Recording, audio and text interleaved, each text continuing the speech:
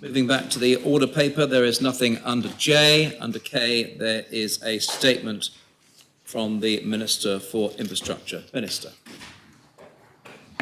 Sir, this afternoon I'm presenting two reports to the Assembly which set out the detailed work that's been done as part of the new healthcare facilities programme since the beginning of the year. Both have been endorsed by the Chief Minister and the remainder of the Council, and I believe they provide a rational, clear plan for the delivery of a multi-site healthcare programme for the island, which can be delivered in a swift and cost-effective way. The first is the Strategic Outline Case, or SOC for future reference. For the avoidance of doubt, it's been developed to comply with the requirements of the Public Finances Manual, and it's in line with the principles of the UK Treasury Green Book guidance on appraisal and evaluation. It outlines the strategic need for change and the economic, commercial, financial and management cases for investment. And it's the first stage of the business case justification described in the UK Treasury Green Book. I don't intend to repeat the case for change in great detail because members and islanders know why it's so absolutely desperate. So, we've all known for a number of years that our healthcare estate is in poor condition and that it presents significant challenges and difficulties that can only increase over time. The conditions and configuration are not in keeping with modern healthcare requirements or the expectation of the island's population. And those conditions are compounding the difficulties that we're having, sir, to recruit staff for health and community services. The SOC compares a long list of options for delivering the programme by assessing them against a number of critical success factors which put operational healthcare delivery and patient safety first and foremost. It concludes that the multi-site option, based on long-term complete replacement of Jersey's healthcare estate, represents the most practical and affordable way forward. It also includes many services that were not incorporated in the Our Hospital project, but were due to be delivered in community settings as part of the former Jersey Care Model or by some other previously undetermined programme of work. On this basis, sir, the new healthcare facilities programme represents a master plan for the complete replacement of the healthcare estate. It doesn't seek to do this by reducing the overall volume of development, then squeezing it all onto one undersized site, which is an approach that's failed over the last 10 years, sir. This approach selects the facilities that are actually needed, divides them in an appropriately functional manner, then allocates them to existing healthcare sites, which are large enough to accommodate them comfortably. Once further design and development work has been undertaken, more detailed business cases will be prepared for each individual project within the programme. At present, we anticipate it may be possible to divide them into as many as 20 such minor projects. The outlined business case for the first phase of the programme, delivering an acute hospital at Overdale, will be prepared for September 2023 and included in the 2024 to 2027 government plan that will be presented to the Assembly for debate. In order to validate the strategic outline case, the second report, or feasibility study, was produced following focused clinical engagement and an expert evaluation of a range of factors, including the preferred grouping of healthcare services. It drew on the information accumulated from all the previous hospital schemes, ensuring we're still getting some value from the money that's already been spent. Most importantly, the split of services was decided by way of engagement with a whole range of clinicians, nurses, medical practitioners, and technical health staff. They told us that the most workable split would be between acute services and ambulatory services. In layman's terms, sir, that's inpatients and outpatients. The team examined Overdale and the area around Kensington Place in detail to see what scale of development each site could accommodate. They found that both sites could provide the area needed to deliver the larger of the two functions, the acute hospital, at around 45,000 square metres. Ministers also asked the team to consider the possibility of developing a health village in the area of St Saviour's Hospital to provide an eastern hub and a range of therapeutic and outpatient services alongside mental health care, sir. This achieves the desire to combine mental and physical services on one site without mental health patients feeling they have to use the services of a hospital.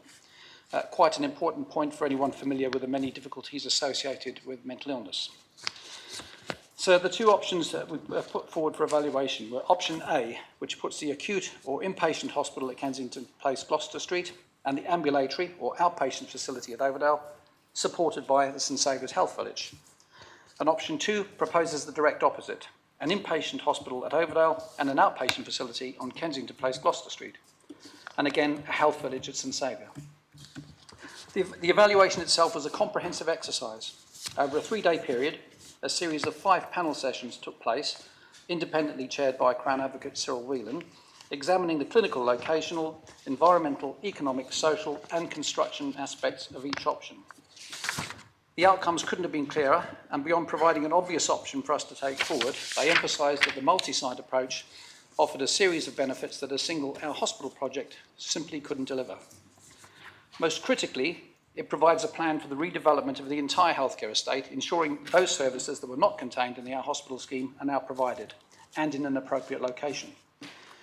This includes delivery of an additional 134 beds across the 3 sites, as well as a range of services like hydrotherapy, physiotherapy, dementia care and rehabilitation. And in total, that's 30,000 square metres of additional area. And unlike the development of a single-site, single-phased Our Hospital building, the multi-site phased approach doesn't place all the financial or constructional risk into one huge project with one powerful delivery partner. Notwithstanding, we will need some form of external partner at some point. Our approach, with a series of projects delivered in smaller phases, will certainly provide better opportunities for local construction companies, be that for demolition, base works, M&E, or the construction itself. And given the greatly improved ratio of build volume to site area, it also provides a great opportunity for future expansion on all sites. That's a very desirable component that couldn't be achieved with the Our Hospital proposal. This solution doesn't require substantial changes to Westmount Road, or the demolition of Westmount Terrace, the destruction of the Jersey Bowls Club, or the utilisation of Warwick Farm for its replacement. This is possible because of the predicted reduction in traffic movements to the Overdale site caused by the separation of inpatient and outpatient services.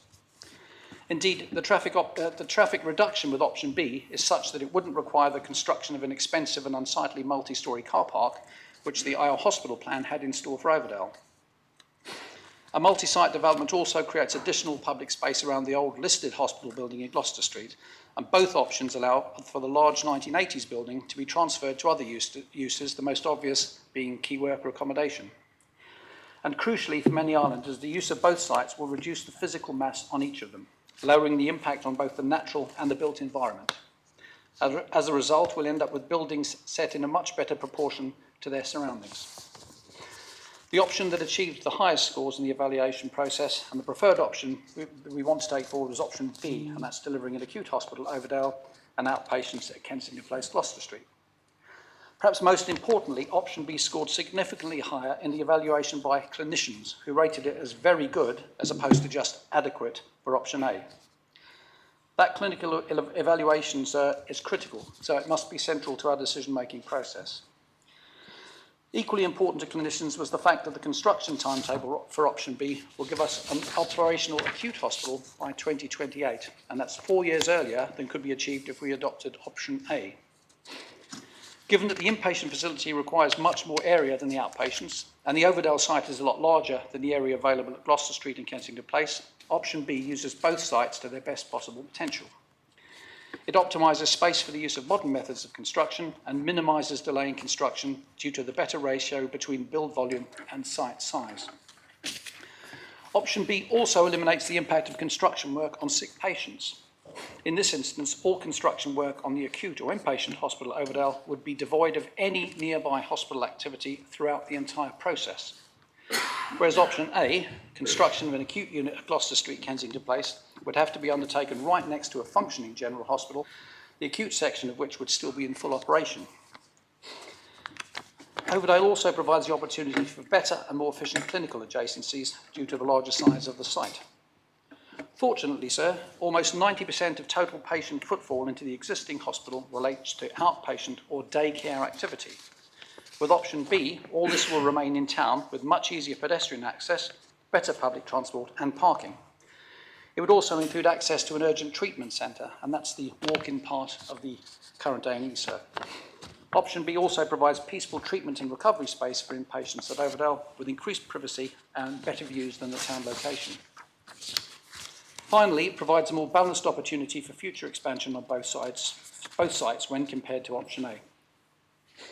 So as we move forward with the preparation of the outlined business case for the first phase of the programme, we must provide clarity for members and for the public on the proposed funding mechanism. As I indicated earlier, this is a programme approach to the healthcare estate, and each individual development will form its own financial case. But our primary focus must be on the financing and delivery of the acute hospital at Overdale, along with the lesser sums required to initiate the first steps of the ongoing programme. Having sought advice from debt advisors in the Treasury Advisory Panel, the Treasury Minister has indicated that borrowing is considered the most appropriate solution at the present time. This will be achieved by using the revolving credit facility for an initial period of 5 years with an option to extend for a further 2 years. Utilising the RCF to finance the Overdale Acute Hospital and deliver some enabling works for the other phases of the healthcare estate will provide the greatest level of flexibility to manage our cash flows, sir. It's the shortest form of financing in terms of time, and it enables the government to react more easily to changes in financial market conditions, including refinancing over the longer term if necessary. Critically, it allows us to preserve the value of the Arnhem strategic investment portfolio to enable further growth and, most importantly, to retain the ability to respond to unforeseen events in the future.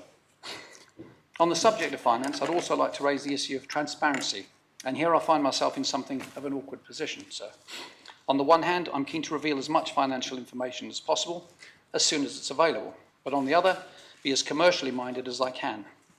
After all, every one of us has an obligation to use taxpayers' money as intelligently as we can. It doesn't make a great deal of sense to broadcast our costings and available funding to all and sundry, especially in advance of deciding upon the type of contractual arrangements that we intend to adopt. The subject has already been raised with a number of members in several forums. On a personal level, I have nothing to hide and nothing to gain by being secretive, so I hope to find an appropriate balance with the blessing of this Assembly over the coming weeks. What I can say is that the cost of the Overdale Acute Hospital will be a good deal less than the like-for-like cost of the single-site Our Hospital project.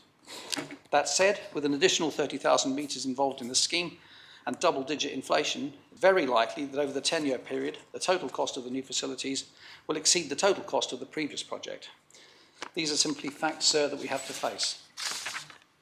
The funding needed to deliver the wider estate programme as it develops will be phased into the annual budgetary programme in much the same way as we would include any substantial improvements to the education estate.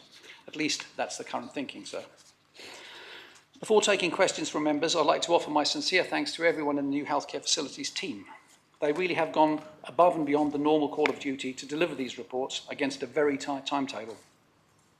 And I believe they've produced the most sensible and rational scheme to be brought before the Assembly since the whole lumbering process started a decade ago. One that in the first instance delivers the acute hospital that we desperately need in an acceptable time frame with as many benefits as it's possible to achieve under the circumstances. In addition, they've given up many evenings and weekends to carry out a comprehensive consultation process, meeting various groups of people from different sections of the health service and different areas of the island. And they've done it in a very low-key, feet-on-the-ground manner, seeking to involve everyone in the ongoing process rather than the slightly more dictatorial style adopted in schemes of the past, all of which will help to take as many people with us as we possibly can. As I've said on several previous occasions, sir, the plan may not please everyone, but after 10 long years, if we can spread the lowest possible level of discontent over the widest possible area, we may finally get the facilities we need in the sequence they're most needed, without pushing the island over the edge of a financial cliff. So I'm now ready to answer any questions that members may have, either on the reports themselves or any other area of our approach. So thank you. Thank you, Minister. We now move on to 15 minutes of questions, and the first question is from Deputy Luce. Thank you, sir. And the Minister says it may not please everybody, but it certainly pleases me. I give the Minister my wholehearted support for the proposals he's come forward with today. My only question for him would be this, sir. Will he continue to look further into the future and in the area of Kensington Place that he will be able to expand this hospital even further for the benefit of islanders? Minister. Sir, the initial plans as they stand will allow for over a third of Kensington Place to remain for expansion. That may be subject to some change where we're still looking at Sutherland Court and trying to make a decision as quickly as we can on that. But there will be expansion room on all three sites, all of the three main sites. Supplementary, Deputy Luce? No? Deputy Barbara Ward? Yes, thank you, sir. It's about the rehabilitation facility that we have now. If we're going to be demolished, if Plan B is the option, what is going to happen to Samaray Ward and the care of patients who are in need of rehabilitation? What's going to happen with that group of patients? Thank you, sir. Thank you, Minister. So I've already made it plain on a number of previous occasions that we won't move one single brick from the Samaray ward until we're all very certain that we've got a facility that's either equal to or better than the facility that we have at the moment. So, Mezek? Thank you, sir. Towards the very end of his statement, the Minister spoke about the manner in which the team have conducted this work and how they want to take as many people with them as they possibly can. Can the Minister indicate to the Assembly whether he believes that he has succeeded in taking as many of the clinical staff with him as possible? Minister. I'm certainly hopeful that we have, sir. This was always going to be controversial. I think when the clinicians were looking forward to a single site solution, the thought of breaking it into 2 sites probably wasn't that welcome. But that said, I think with the consultation that's taken place, I think there is a generally good acceptance, albeit that there will be several people still that remain discontent, sir. Yes. So he referred to consultation there with those staff. Is the Minister prepared to make public some of the findings of that consultation with the staff so that States members and the wider public can understand some of the views that were expressed by those staff about the nature of the new healthcare facilities project? Minister. So I'm not entirely sure as to how right that is to reveal people's individual comments, but I can certainly look into that. As I said in my statement, I've certainly not got anything to hide, and anything that can be in the public domain, I think, should be. But it's not something I'm prepared to stand here and commit to without knowing exactly what the implications are of sharing people's views, sir. Deputy Legarau. Thank you, sir. I've been to a number of presentations in relation to this hospital and the previous, and as a representative of District North, I've taken a lot of close interest in relation to this, and in particular the road. In previous discussions, the road was going to be changed significantly. The Minister now says that this isn't going to be the case. What I need reassurance with is that the emergency services, as in particularly ambulance services, are going to be able to deal with the camber which is in the road, sir, because it isn't only about broadening the road, but it is also the structure of the road. And, sir, can I say I'm not totally convinced yet, and I'd like the Minister to respond to that. Minister.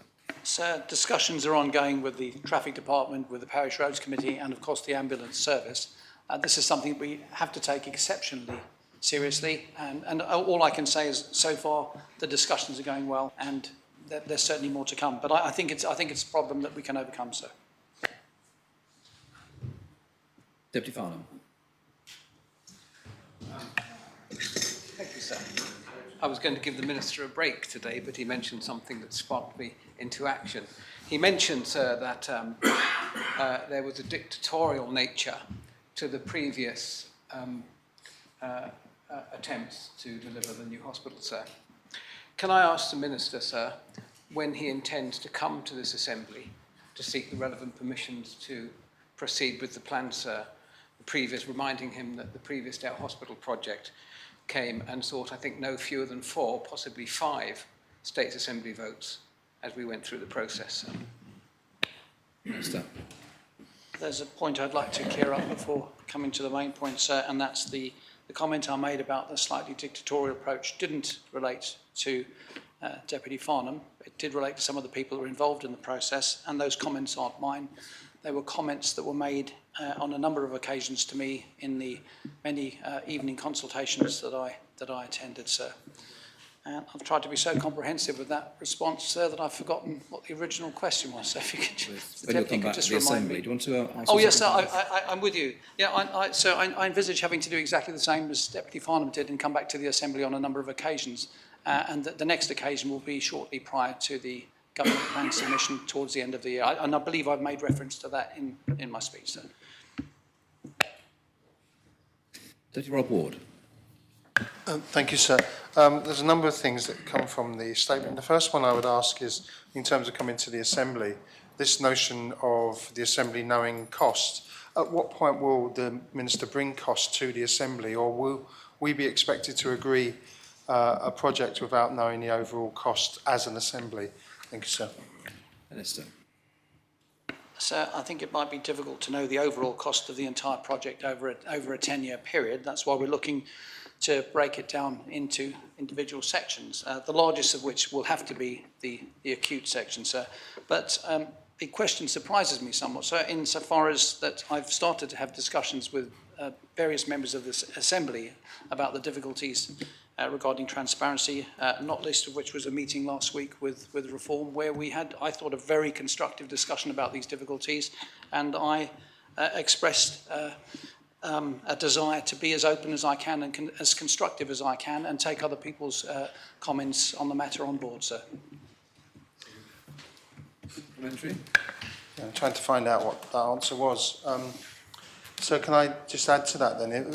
Part of the issue is, sir, that if we are going to fund this in stages and we're going to guarantee that we can pay for each stage, as the cost mount, other assemblies may make the decision that we've spent enough. So can I get a guarantee from the Minister that some projects, such as the site out at St Saviour, will not be put out to private funding and private enterprise and effectively outsourced to build our hospital for certain services like step-down services that could be easily be taken on by private companies providing that sort of service? Thank you, sir. Minister.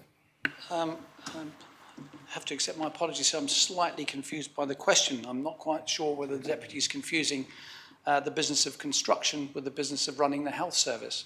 In terms of... Do you want to repeat your question then? Is that easier? So I'll differentiate.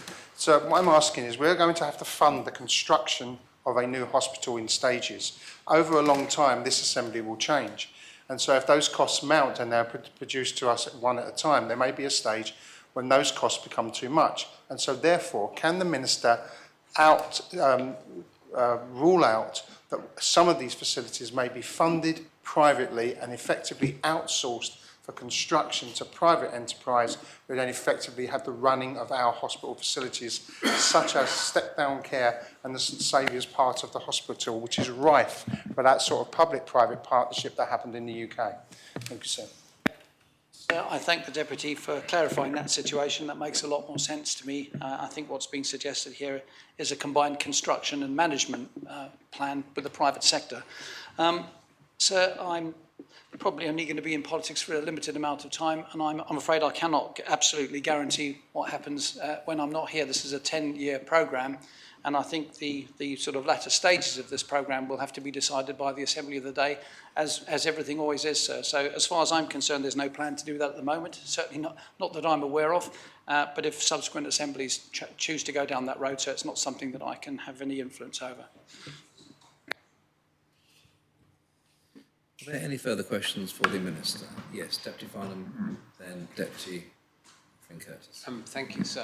It was just to ask the Minister if it is accurate that the solution that's being presented by the government, the multi-site solution, will not be complete until its 10 years is up, when all of the individual sites and individual facets are completed, because without them being completed, sir, the health solution that they're wanting to deliver can't be delivered. So basically it relies on the sum of the whole is finishing everything before we have the solution we need. And on those grounds, sir, first of all, is that correct, sir? Or is it going to continue to be a revolving project for decades to come? And if that is the case, if it is going to be complete in 10 or 12 years, does a Minister accept that at some stage, to get Assembly approval, he is going to need to come back with an overall cost of the completed project, sir, because we're going to need to know that to support the project, sir, so it can be completed and deliver what they're hoping to deliver. Minister. Well, so I envisage being able to produce an overall cost estimate at this point in time, which will, as with each passing stage, we'll be able to become more accurate about the forthcoming stage. And I think that has to be accepted as the norm over a 10-year period. I genuinely don't think I can say very much more than I've said up to this point, sir. Deputy Curtis. Thank you, sir. Are there any plans to assist those people who need to make use of A&E at night, who may not have the means to get up to Overdale? Minister. So it's a very fair question, and I have to say that the whole business of A&E remains under review. There are no hard and fast decisions taken as yet. What we want to do is provide something that's cost effective but convenient to the public. So that the A&E side of things is still something that we're sort of looking at, sir. Deputy Rob Ward. Thank you, sir. Can I ask the Minister whether he's considered, given the fact that I believe this Assembly has the right to know how much things will cost, and because of we have a government that has, seems to want to pride itself on transparency, whether he's considered an in-camera debate where figures can be given to states members, they're not going public, and so we can make informed decisions over the long-term cost of such projects without being told that we cannot know numbers. Thank you, sir. Minister. So I stand to be corrected, but I don't think I've ever said to anybody that you cannot know numbers. I've said I'm wanting to be as open as I can.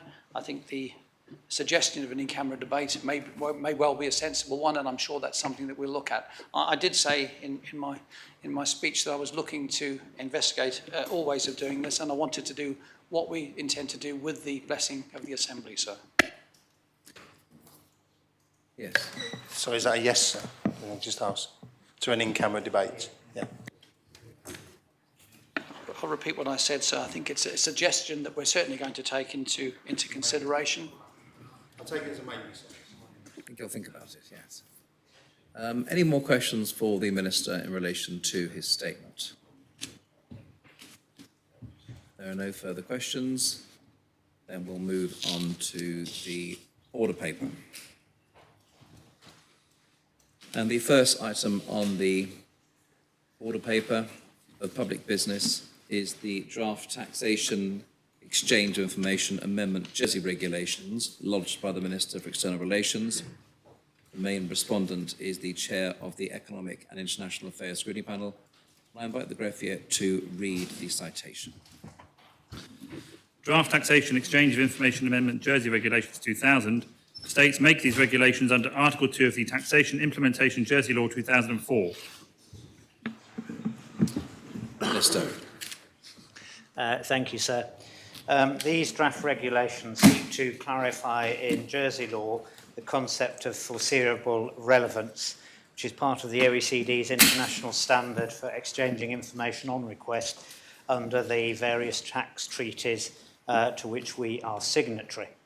We have won an international reputation as a transparent and cooperative tax jurisdiction, partly through our implementation of a number of international tax treaties and tax information exchange agreements relating to the exchange of information held by Jersey's financial institutions and public bodies. These treaty obligations have required our tax administration, Revenue Jersey, to grow their capacity over the last decade to gather information from tens of thousands of entities in Jersey and to share the relevant parts of that bulk information with currently around 100 jurisdictions on a bilateral and confidential basis.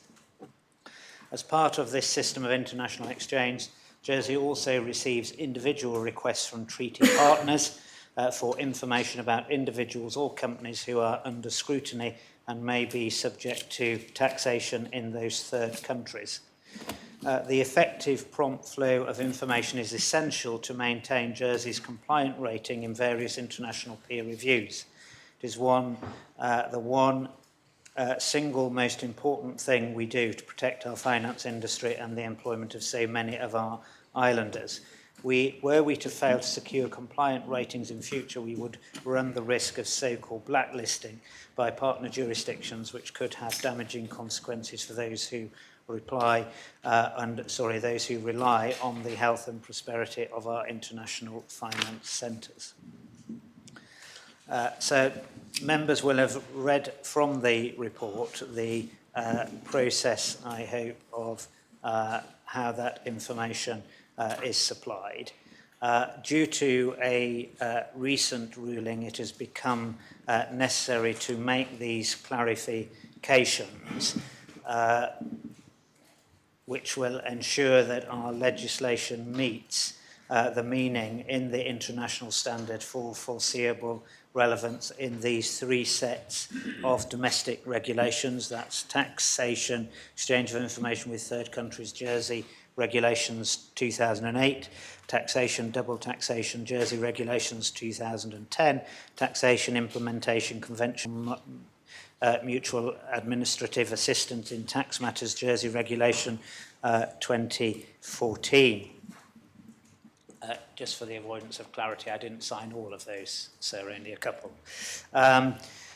What these changes do will mean that we are certain that our law meets the international requirement when it comes to foreseeable relevance.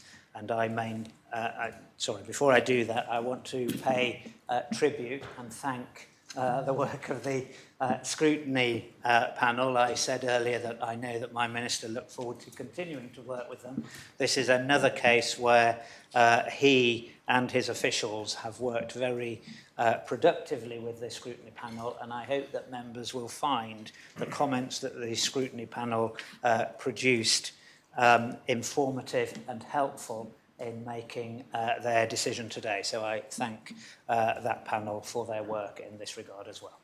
Thank you. Thank you, Deputy Cawes. Are the principles seconded? Yes, sir. Thank you. Does any member wish to speak on the principles? Yes. Deputy Balash. Sir, what slightly troubles me in terms of our relationship with international standards is that we have, to a certain extent, a tiger by the tail. Our compliant rating is obviously of fundamental importance, as the Minister has said, to the well-being of the island. But what is the international standard? Large countries can get away with challenging current thinking in relation to international standards, but smaller countries like Jersey cannot. It is simply too dangerous. As the Minister has said, we can be threatened with blacklists, we can be threatened with all kinds of inhibitions if we deviate in the slightest. My concern in relation to this amendment is quite straightforward. And it is that we are telling the Royal Court to have regard to the guidance in the form of the commentary to the Model Tax Convention. And I think, but perhaps the Minister will correct me if I am wrong, that the commentary is not part of the international standard. It is what some civil servants in the OECD would like to think that the international standard should be. The commentary changes from time to time. But if the court is obliged to have regard to the commentary, that may be unfortunate for an individual who finds himself on the wrong side of a tax authority for reasons that are inadequate. For example, a taxpayer who is not in fact a tax resident of the country in question may find that he is treated as if he were a tax resident and his private tax affairs will be disclosed. So, for the reasons which the Minister has given, I'm not going to oppose this bill. It is unopposable for the reasons that he has given. But I will only express the hope, sir, that the courts will have regard to the commentary, indeed, as mandated to do, but will reject the commentary in an individual case if they think it is right to do so. Deputy. Yes, Deputy Scott. Yes, sir. I just wanted to say, as chair of the Economic and International Panel, that I've very much taken on board the comments made by Deputy Balash, who I would have welcomed as a member of the panel in terms of reviewing this particular piece of work. But as a solicitor of the Royal Court myself, I was very mindful of this, what would appear to be a challenge of a position taken by the Royal Court. And the panel did take much care in terms of seeking the opinions of the Law Society of Jersey, and hasn't had any comeback from there. But as the Deputy says, it's a position that we really have not found opposable. Thank you. Does any wish to speak on the principles? I call upon the Assistant Minister to reply. Deputy Gorst. Thank you, sir. In my mind, in this case, the decision of the Royal Court shows our systems. I'm mindful you're sitting in the chair, sir, so I'll be careful what I say. Show our systems working in the way that they should. But what may not find your favour, sir, is I believe in democracy. And I believe that when members of the public elect members of this assembly in a democracy, in a Western democracy in the way that we have it, the public have a right through that democratic process to decide on the laws of the land, in our case, decide on the laws of the island of Jersey. Islanders, in this case, residents of countries elsewhere, may wish to challenge the law that's approved in this, agreed in this assembly, and they do that through our institutions. And in this case, that was done through the Royal Court.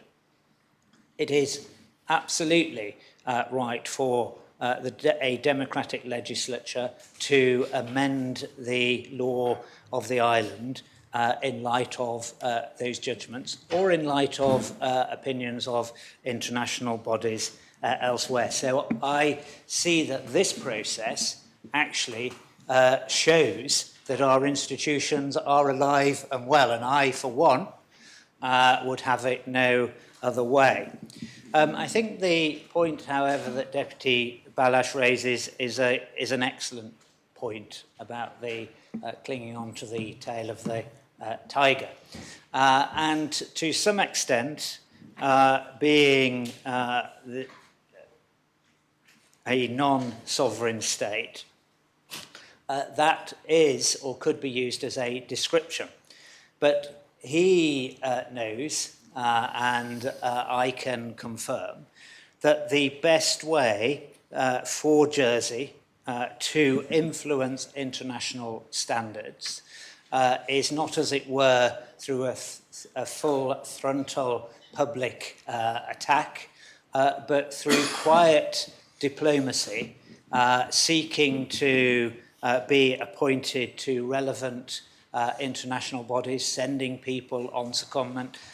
There is a very more than competent official in my department now who sits on the steering group of the OECD delivering the Pillars 1 and Pillars 2 work. And that is the way that we can best inform international standards, because we can do it in a way which is evidence-based, which is persuasive, which helps those bodies think about the unintended consequences, help those bodies think about the policy intentions of those standards. He is right. Once those standards are set and they become public, our ability as a non-sovereign small state to influence them are limited, because it goes into very much into the political debate. But I accept that we must not stop seeking to influence international standards, but we must do it and ensure that we have the right people doing it in the right way at the right time. And I believe that we do. I also, sir, accept his message to the Royal Court around the rules and the codes of practice, because we know the way that international standards are often set is you have the standard which is agreed, and then, as he says, OECD officials go away and give effect to perhaps more detailed implementation processes and policies. It is absolutely right that we amend our legislation in the way that we are doing so today, but it is still, and we have a system which does not seek to fetter the judgments of the Royal Court in the way that some other legislative assemblies do, but that you rightly, when you sit in the other place, have regard to all relevant facts. And I thank again the chair of the scrutiny panel. I wasn't sure whether Deputy Balash heard that kind invitation to join her panel, but I'll just amplify it again in case he didn't. But I thank them for their work, and I maintain the principles and call for the appel, sir. The appel has been called for. Members are invited to return to their seats. And I ask the greffier to open the voting.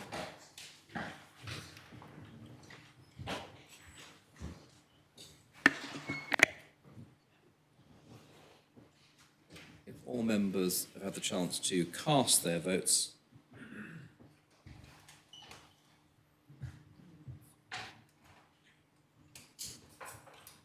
then I ask the greffier to close the voting.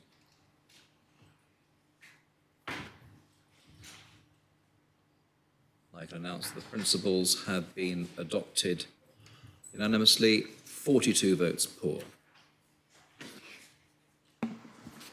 Now, Deputy Scott, obviously we've seen your comments, but I still need to ask you if your panel wishes to scrutinise this matter.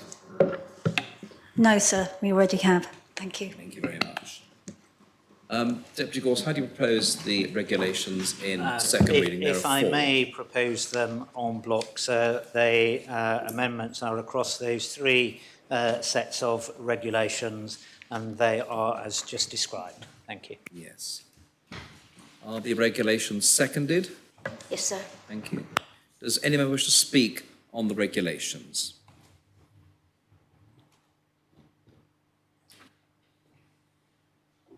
Accordingly, perhaps on a standing vote, those members in favour of adopting the regulations kindly show. Thank you very much. The regulations have been adopted in second reading. Deputy Gorse, do you wish to propose the matter in third reading? If I may, sir, thank you. Are the regulations seconded in third reading? Yes, sir. Thank you. Does anyone wish to speak on the regulations in third reading? Can I invite those members who are in favour of adopting the regulations in third reading to kindly show? Thank you very much. The regulations are adopted in third reading.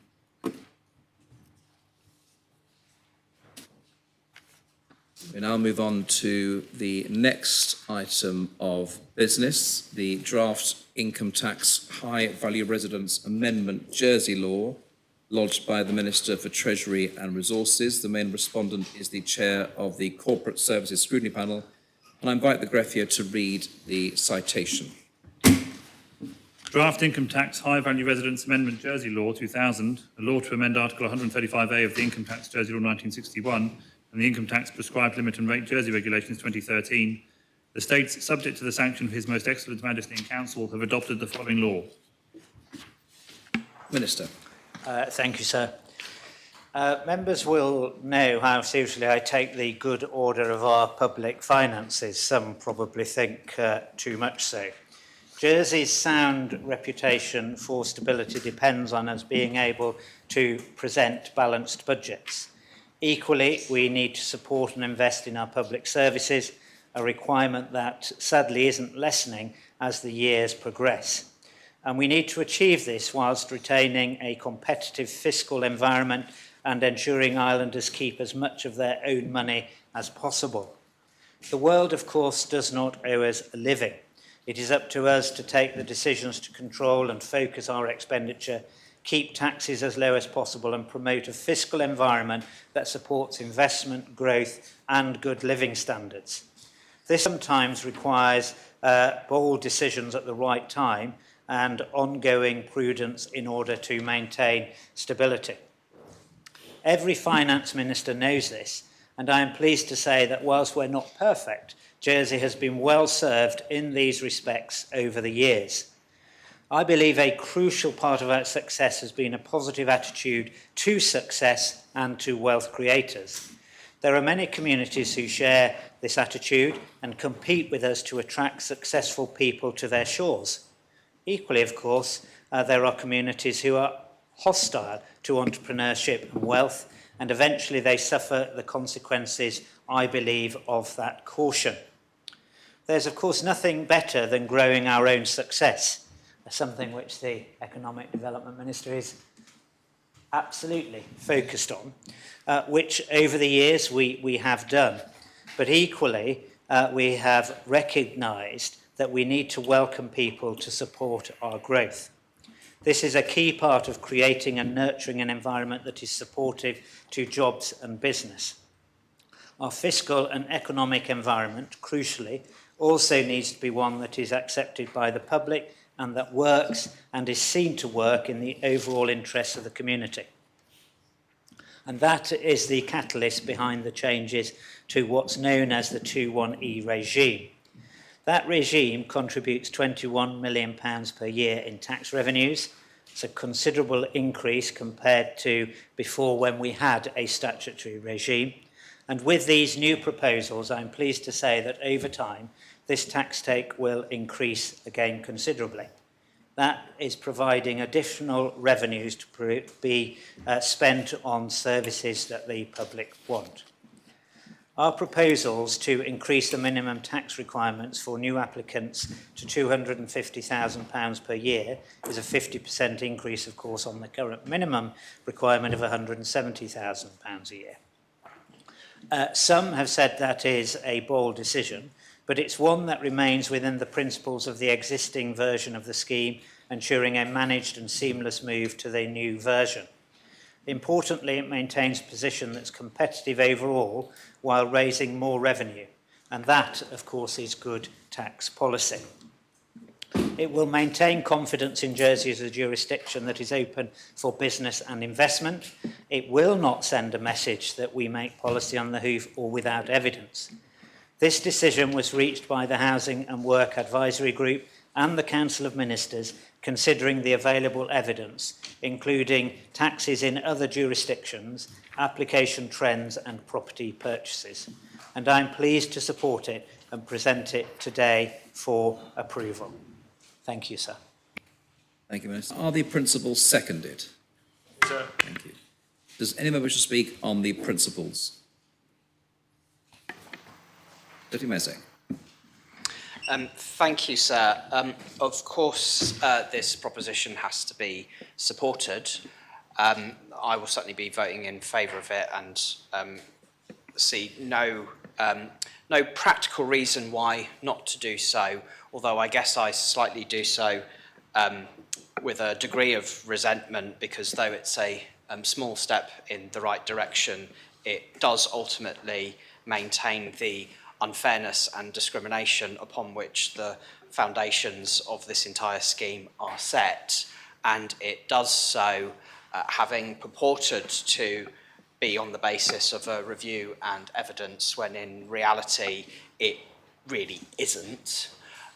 So my scrutiny panel received several briefings on this, for which we were grateful for, and we've looked at it and we produced comments, and the short conclusion from them is, though we cast no verdict on whether or not to support the proposition, we do question the real value of the so-called review that took place in the lead up to this, which was, but perhaps to be slightly flippant, sir, was essentially a consultation with people who hold vested interests in the scheme. It was a consultation involving professional advisors, estate agents, and recent T1E applications. It was not by any stretch a review of the wider impact the scheme may or may not have on our society, socially and economically. It did not consider some of the wider impacts that some are concerned about when it comes to the ability of high net worth people to come to the island and take up disproportionate amounts of resources and services in the market, which could, if there were ever a real economic analysis of the scheme, potentially be to the detriment of other parts of our economy. And though ministers are often quick to stand up and extol the virtues of this scheme, they don't and haven't yet been able to point out any kind of tangible evidence base upon which to build that support for all of that. And the review contained, the review as an exercise that led to this proposition was far too brief, far too narrow, and leaves as many questions unanswered as it attempts to answer. So I stand up, sir, to, of course, support the proposition. It will lead to more tax revenue being raised from these people in future, when to not support this proposition would not see that delivered. But to have it on record that the basis upon which the change is proposed is about as flimsy as they come. And it really does our island no service, in my view, to purport to have conducted these kind of reviews, which are based on what the minister may believe is the received wisdom of the scheme. Oh, it's wonderful, how could it possibly be anything else?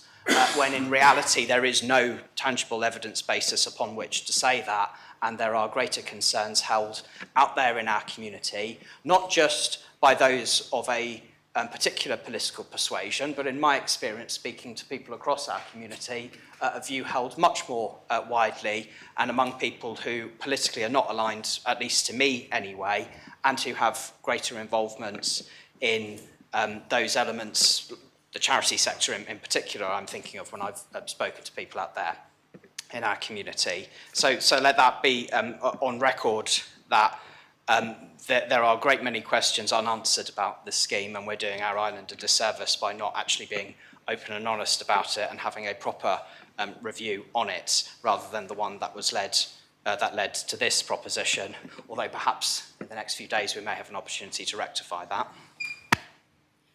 Thank you, Deputy. Does anyone wish to speak on the principles? Yes, Conor Thompson, Mary. Thank you, sir. As I may have mentioned in the Assembly before, I worked in an area where we were very much involved in the repatriation to Jersey, or what were then called 11Ks. And certainly at that stage, and going back some 40 years, I do not think the process was at all divisive. Generally, the people who came in those days were perhaps a more senior age than they are currently. They had retired, they wished to base themselves here in their retirement. They expected to pay the full 20% on all their income and wished to make a contribution to society. I fear that over the years some divisiveness has crept into the equation, in the sense that apart from the 1% rate, we do have now incomers who make further money by investing in real estate, converting them and selling at a great profit. And I'm sure the Minister will respond by saying that they're doing no more than any other resident can do, and to let them do other, to not let them do that will be discriminatory. But the counter to that, of course, is that the rest of the island is being discriminated against in the first place by having to pay 1% if you're lucky enough to have certain earnings, etc. And I do think that if we are going to attract or going to allow these people to come in, then there should be some barrier, if possible, to their using precious land on our island for them to make more money for their own sake, and that they should actually be prevented from buying other than their own principal dwelling house. One other aspect, sir, is that there is a list of items here which have been taken into consideration when conducting this review, and there isn't one, apart from that aspect I've just mentioned, there is no reference there to the frequency with which new residents might actually reside here. We hear stories of people buying a property here and using it as a holiday home. That is a misuse of our precious resource. And again, so I would suggest that needs to be looked into, and it should not be beyond our wit to produce some formula whereby those who come in will have to pay additional tax if they do not spend a certain time in the island. Part of their value to the island is their being here, their being an essential part of the community. If they're going to use it as an alternative bolt-hole to some other place, that is not for our society's good. So I ask the Minister if in future, if not now, in any future considerations, those items will be taken into account. Thanks, sir. Deputy Scott. Thank you, sir. I just wanted to add my voice to Constable of St Mary, that I believe that much of the the discontent that has come with respect to the wealthy immigrants has been in an environment where there have been difficulties with housing and a lot of visibility in terms of development of properties by 11Ks, particularly as I have experience of in St Brelade's Bay.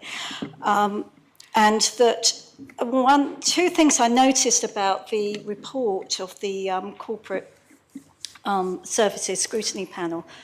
I don't think it's particularly answered, and the Minister too, the extent to which nearly every country does have some sort of system of bringing in wealthy residents as a way of supporting economy. I don't know that there are any exceptions to that, and so there needs to be that consideration of that as an economic tool, as it were. But also, there was a mention, and I thought it was quite it started going down quite an interesting route in terms of the way in which when you have wealthy residents over the number of people they may be bringing in that could potentially compete in the housing market. And there does seem it's something that I've questioned before, and it's probably a planning issue or a housing issue. It's the use of guest properties on estates, which could potentially be perhaps housing relatives from the, from other countries who are just coming on board, if you like, and there hasn't really been much thought to regulation there. I can't really comment on how you pitch your hook at the end of the day in terms of where you're going to put your limits, but I will support this proposition. Thank you, Deputy. Does any of them wish to speak on the principles? If not, I call upon the Minister to reply. Minister. Thank you, sir. I thank the Chair of the Scrutiny Panel. I'm not sure that I expected him to be supporting this, but I'm grateful to him for recognising this is an improvement and an enhancement, even though he fundamentally disagrees probably with the system as it stands. One of my constables raised two rather good points. The first one, it does fall, I think, within the remit of the Housing and Work Advisory Group, and I'm sure that they heard the comments that he made about property development and the likes, which he was driving up there, so I'm sure they've heard that. They'll take that away for further consideration. His second point is more of a conundrum, and I think he probably knows it's more of a conundrum, but it is a point worth raising and reconsidering, and that is the number of days that one has to reside in Jersey to be considered to be tax resident, and as he knows, that's currently one. And the reason for that, members look up from their post-lunch considerations, because the reason it's one is that you cannot avoid the liability. And in other jurisdictions, they extend that to a greater number of days. What that does mean then is you do have some who can avoid that liability. But he raises a good point. It is something that we started work on. I will return to my officials and see if they've found any workable answers to those conundrums, but they're not necessarily straightforward to deal with. But again, I hear what he's said in that regard. I turn to the chair of my other scrutiny panel, and I must confess that I've just forgotten what question it was that she was raising. May I speak, sir? Yes, you can. I was just to remind, to just say I was making a point about the potential abuse of guest accommodation on estates, which may be a matter for the Minister for Environment to address.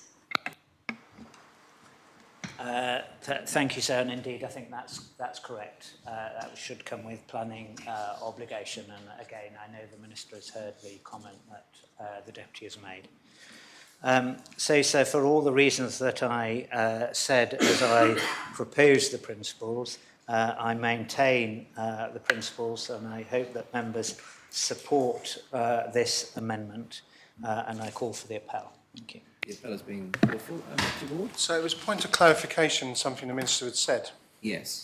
He said you have to be resident for 1 day, but I think it's written question 302 that was asked by Deputy Feltham that I read. It actually states that there is no residency requirement in the answer to the question. Now, those two things aren't, I think the word is congruent, so it'd just be, for future, be interesting to see which of those, whether that question needs to be re-answered. So there's some clarity. So thank you. To respond to this question? So I will say I don't expect the Minister to have question 302 answer in his head straight away, although knowing Deputy Gorse, he may well. So there. I think on this occasion it's better if I take more formal advice. My understanding actually is that the equivalent of 1 day is, it sounds very strange, sir, but my understanding is that 1 day is the equivalent of not actually having to be resident. But I will go and confirm to the Deputy more formally. Thank you. Thank you. The appel has been called for. I invite members to return to their seats. I ask the greffier to open the voting.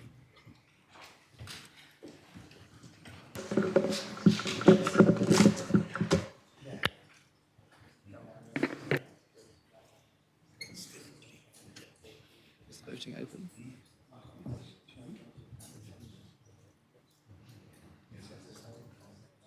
We've had a technical issue, so we're going to stop and start again.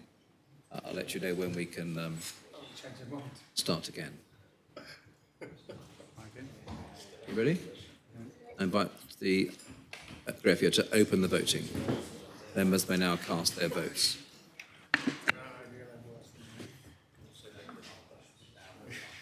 What will that take?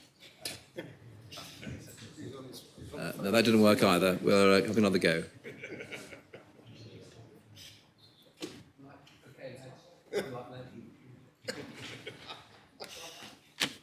Perhaps while we wait, Deputy Gorse, you can assist me on something, if you will, Minister. In the event of the principles being adopted, I don't want to prejudge that, but if they are adopted, under Article 72, Signing Order 7210, this matter needs to be referred to scrutiny if it's a taxation draft that would implement any part of a government plan. It's plainly a taxation draft, but is it, in your view, a matter that would implement any part of a government plan? Can you respond to that? It's a question that arises under standing orders. If it is a taxation draft will implement a part of a government plan, then it is not referred to scrutiny. If it isn't, then it is referred to scrutiny. So this is plainly a taxation draft, but is it a matter that's proposed to implement any part of a government plan or not? If you're uncertain about it, then I'll proceed. So I'm going to, just whilst I think, defer to the Attorney General. As you're asking, the reason I do that is that it is an amendment to the income tax law, and I think that amendments to the income tax law are treated differently under standing orders. Probably because they arise out of the government plan, as you're indicating. The slight hesitation I have is that this money that will be raised was not part of a head of expenditure or income in the government plan, yes, even though the review and the expectation of implementation of the outcome of that review was in the government plan. So I'll just from a legal perspective, wonder whether the Attorney General might help us. You can have a think about that whilst we move to the appel. Are we now ready for the appel?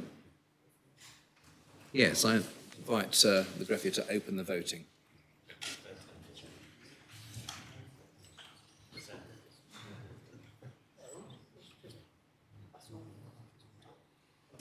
If all members have had the chance to cast their votes, I ask the greffier to close the voting, and the principles have been adopted. 41 votes pour and 1 vote contre. One, please. The Conitaba Trinity voted contre. Now, prior to proposing the articles, we need to determine whether or not this matter should be referred to Deputy Mesick's panel for scrutiny, if they wish to scrutinise it, and that depends upon Standing Order 7210 and whether or not this is a taxation draft that would implement any part of a government plan. Mr. Attorney, the Minister ventilated a question for the vote. Well, under Article 11, the Public Finances Law,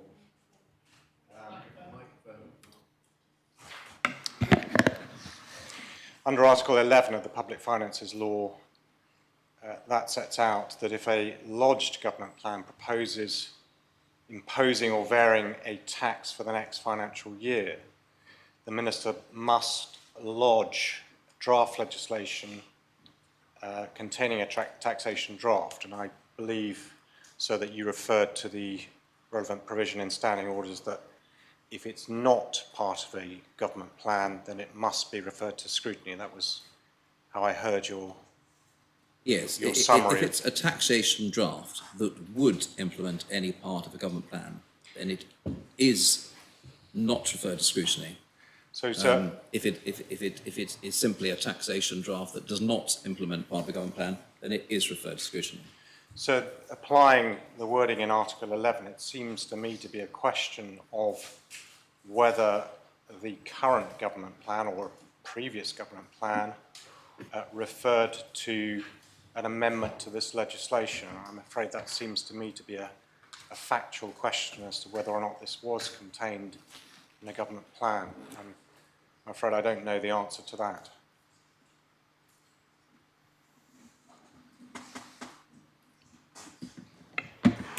Well, I'm going to thank you very much, Mr. Tony. Anything else you want to say, Minister? Only that a lot rides on whether it, how it was contained in the government plan. Because if you recall, sir, I amended this legislation, the 2(1)E regime, to revalorize the minimum tax payable, and at that time it was referenced in the government plan that this review would be undertaken and changes would be implemented during the course of the year. I don't have the exact wording in the government plan, but that's definitely it was referred to. Depends how you, what your view is on that. So. I think I need to err on the side of caution. And Deputy Mesig, I'm going to ask you, I know you've already given comments, but does your panel wish to scrutinise this matter? No, sir, on the basis that we've already looked at it and produced comments, we wouldn't really be gaining much else at this point if we were to re-review it. Yes, thank you very much. Minister, how do you propose the articles in second reading? En bloc, if I may, sir, thank you. Thank you. Are the articles seconded? Sir. Thank you. Does anyone wish to speak on the articles? Accordingly, those in favour of adopting the articles, can you please kindly show? Thank you very much. The articles are adopted in second reading. Minister, do you propose the matter in third reading? Indeed, I do, if I may, sir, thank you. Are the articles seconded in third reading? Yes, sir. Does anyone wish to speak on the articles in third reading? Yes. Rob Ward. Thank you, sir. I just want to, perhaps I should have spoken the principles, but actually the Constable of St Mary made the points I was going to make regards the purchasing of property on the island and so on. But there is another point to be made here. So I can only support this, but it's a tiny change to the tax system, adding a small amount. And I think the system itself is fundamentally flawed and inequitable. And for that reason, sir, I would question the children's rights impact assessment being correct, that it has no impact on children's rights as set in the Convention on the Rights of the Child. If there is a group who are paying significantly less tax on the island proportionally, then that income could be something to be said that could be used to improve children's lives. And I think we need to be very careful before we look at it that way. So I think this system is not one that we should genuinely review much more widely. And the changes made in these regulations are simply tinkering with a system, which I think is fundamentally inequitable. And so the regulations themselves, which tinker with what we're doing and take a little bit more tax off those who are particularly wealthy. And we do remember, sir, and one of the questions I would ask the Minister to answer at the end, and I'm assuming that this is not retrospective, this is for new applicants. And so we have a significant number of applicants, and it's quite a, I don't know if this is parliamentary, but it's quite a dark art knowing who's on what tax system on this island when it comes to 1(1)K status.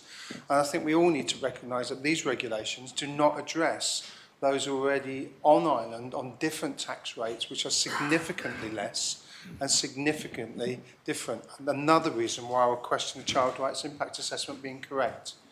And I think if we're going to use those, they need to be thought through carefully and they need to be addressed carefully and not make token gestures towards something that could enrich the quality of our regulations, and I don't think it has this time. So with that said, sir, I support this with, well, certain members need to be held their nose as they press the button, but I won't do that. But so I think we need to recognise this is a very small change and is not retrospective in my, unless the Minister wants to correct me on that, then that would be great, but I believe it's not. So there will be significant numbers of people here already paying very small amounts proportionally of tax, and I don't think that's right for this island, sir. Thank you. Deputy Morell. Thank you, sir. And I'm delighted that the Assembly is supporting, so far, this change to the tax system.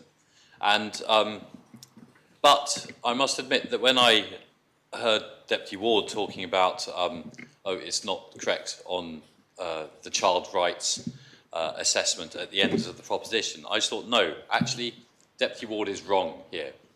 Because the whole point of this scheme is to attract investment to the island. That's what it is for. So the safe assumption is that if you did not have the scheme, the people who move here to the island will not have brought themselves to this island. They would not be paying tax in the island. So do children suffer as a result of that difference in tax rates? I'd suggest they gain, because they gain, in this case, if we had 10 residents under the scheme next year, which we've got every reason to believe we will have, that would be £2.5 million of tax income to the island minimum. And so that's what the lens you have to look at this through. It's not a case of, oh, well, people would pay this tax, or people would pay the full tax rate. The whole idea of this is it is to promote Jersey as a place for people to come and invest. It is to say, we will give you this tax break for the first 10 years. After that, you can move on to the full tax regime. To suggest that this is something which is anything other than designed to attract people to the island is incorrect. So you can safely assume if we didn't have this scheme, these people would not have moved to the island. I think that is partly correct, whilst also acknowledging that people move here for other reasons as well as the tax rate. Deputy Scott said it in her own speech that she does not know of a jurisdiction in the world. There may be one, but Deputy Scott doesn't know of one, and neither do I. Deputy Scott doesn't know of a single jurisdiction in the world which does not have this type of tax scheme designed to attract people to their jurisdiction, because they are people who bring wealth and can bring that wealth to this island where it is used both in terms of tax but also investment in the economy. And we do know that people spend millions of pounds in the economy. People on the scheme do exactly that, sir. They also start businesses. They also employ people in this island. And one of the things that this government has been really clear about is that we see this scheme as something that we want to attract as much value from as possible. So this isn't tinkering around the edges, as Deputy Ward may say. We have just agreed to put up that minimum tax rate by almost 50% on what it was previously. If someone came to any of the members of this assembly and said, we're putting up your tax by 50%, I doubt any of us would call it tinkering around the edges. So, you know, let's look at it what it is. This government came in and said, we will get more value from high-value residents because we believe Jersey is an amazing place to live and be. And we still stand by that, sir. In Guernsey, high-value residents can move to Guernsey and pay £50,000 a year, sir. In Jersey, that's £250,000 a year, 5 times the sum that they have to pay in Guernsey. That is significantly more. And why do we feel that we can go to 5 times greater than Guernsey? Because we know that Jersey has so much to offer. It has a vibrant society, it has a close community, it has beautiful countryside, stunning beaches, it has a safe and secure environment for people to bring their families up in. It has a wonderful education system. It is worth being here. And so I really reject this idea that somehow this inequity, as Deputy Ward calls it, is in any way unexpected. This scheme is designed to attract people to Jersey. It has done that consistently for the past 20 years. And it will do so now, but people will be paying even more. Exactly as the Chief Minister has said many, many times. It's what she wants to see happen. People paying more to be in Jersey at this level. That's what we're delivering.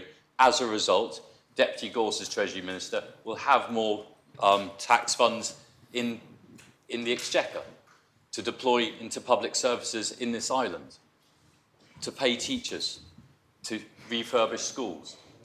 That's what this does. So I'm delighted that people are supporting it in the Assembly today, but I am really disappointed that people are trying to go to these strange arguments that suggest somehow this is anything other than doing what it is designed to do. Thank you, sir. Thank you, Deputy. I do remind members that we are now in third reading, and accordingly debate shall be confined to the content of the draft as adopted in second reading. Deputy Southern. Yes, sir. Now, I was about to start by saying that I'm a little reticent to start in the third reading. Yeah. But it was interesting, fascinating, to hear the speaker behind me, the deputy, start talking about the fundamentals of tax and spend. We need, as a society, certain facilities, certain services, which we fund by taxation. And that's the basics of our economy. And to have the minister behind me saying this is special money because it comes from the very rich, but we're going to spend it on delivering services, well, so we should, as we should be doing with every penny of the taxation that we spend. It must be very efficiently delivered into services that we need. And that's how the system works. So when we come to debate the government plan, the budget, in future times, future days, then I should look forward to hearing a resounding repetition of how we work as a society and why taxation is necessary and why we need services. And I fully expect that from every minister around this chamber. Thank you. Thank you, Deputy. Lady Mezek.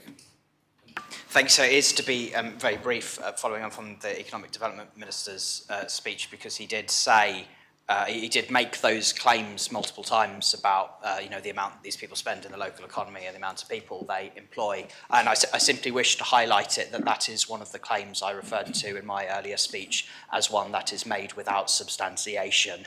And unfortunately, that's what this debate is full of. It's people making claims without any evidence upon which to back it. And how dare you disagree with their received wisdom? How bad of you for doing that you are not in Jersey's interests. And I think that's a bad way of doing politics on this. It should be about the evidence, and maybe we'll get there one day, but apparently not today.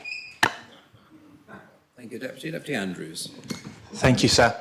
Like Deputy Mezek, I support this proposition, but I think there needs to be a clear message that is articulated in future, because we always have this contested debate about what do high net worth individuals bring to Jersey, and there is never empirical evidence to reinforce that argument. And we've seen consecutive Council of Ministers argue the case for high net worth individuals coming to the island, but actually when it comes down to explicitly explaining the benefits, that's where politicians have struggled in the past. And when I'm looking at this proposition before us today, what we are seeing is an acceptance that other jurisdictions levy lower tax rates. Jersey itself is now increasing the tax rate up to £250,000. So are people potentially going to be disincentivised? That's one question.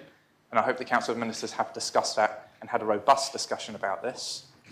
But when I've asked a few questions in the past, sir, and when I've been asking questions about personal income tax contribution, high net worth individuals tend to contribute between 4 to 4.7% of personal income tax. So that is a fairly substantial amount. I think for 2021, it was about 24 million. But when we're looking at the 1%, it was under £500,000. And that's aggregate across all of the high net worth individuals who are contributing tax. And I think that figure is far too diminutive. Far too diminutive when we really take it into context. And the second thing, sir, was about the property prices. So for homes that high net worth individuals are going to purchase going forward, it'll be 3.5 million.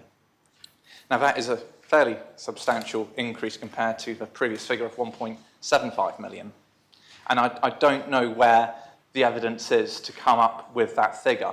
I know there's been mention about not having any interference with our domestic housing market and the impact that could have, say, with households who are looking, say, to move upwards on the market. So I would just like to maybe have some clarity perhaps about that, maybe moving forward. So, but that's all I've got to say, sir. So thank you for permitting me the time to speak. Thank you. Thank you, Deputy. If no other wish to speak on the third reading, I invite the Minister to reply. Minister. Thank you, sir. It seems to me that in third reading of this, where I'm grateful for broad acceptance, a number of members have taken the opportunity to get their opening salvos in for P44, which we'll get to later in this sitting, which could either be considered helpful in that we have a flavour of their arguments, or unhelpful in that they're going to repeat them. So there was a good piece of work undertaken by the Housing and Work Advisory Group. They did look at market evidence, to come back to Deputy Andrews' point about the housing market and where to set that threshold, and they've taken a balanced approach to that, and I'm grateful for them. I would just pick up the point about the children's right impact assessment. I suppose the argument is a political one. You could argue that if these individuals paid more tax, there would be more money to spend on provision for children. You can equally argue, as I do, that if we had a scheme that was uncompetitive, these individuals wouldn't move to Jersey because there are other competitive schemes elsewhere, and therefore we would have less money to spend on children's provision. So I think on balance, the children's rights impact assessment is a fair one. These are important changes. They aren't just tinkering around the edge. They are, yet again, this government, under the Chief Minister's leadership, doing what she said that she wished to do when she stood for the office of Chief Minister. And this is another action accomplished. And she's spoken about others that we have accomplished during the course of the day. We heard the Minister for Infrastructure talking about the actions that he's accomplishing earlier. So I'm very grateful to member support so far. I do take the view that these entrepreneurial business people who happen to have high net worths, but more importantly for me, they bring their businesses, they bring their skills, they bring their connection, and therefore they are bringing jobs and growth and opportunities that we as an island would not have without them, and I welcome them. I'm pleased that they choose Jersey, and I hope that even with this greater financial burden, they will see that we are a supportive community, and we wish to continue to welcome them and take, I shouldn't say take advantage, but we value their businesses, their entrepreneurialism, and the growth opportunities and experiences that they can bring not only to us, but our future generations and young people. So I maintain the amendments in third reading. Thank you very much. Is the appel called for? Yes, please, sir. The appel has been called for. Members are invited to return to their seats. I ask the greffier to open the voting.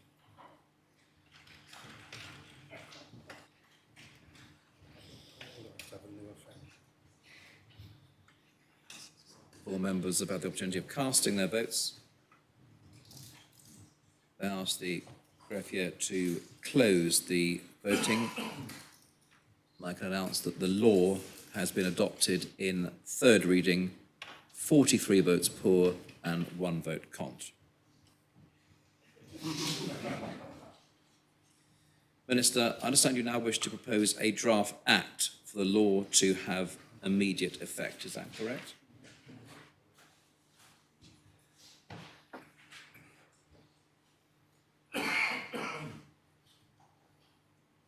Presented to you, to the States by you on the 23rd of May, a draft act declaring that the Income Tax High Value Residence Amendment Jersey law has immediate effect. P29 edition.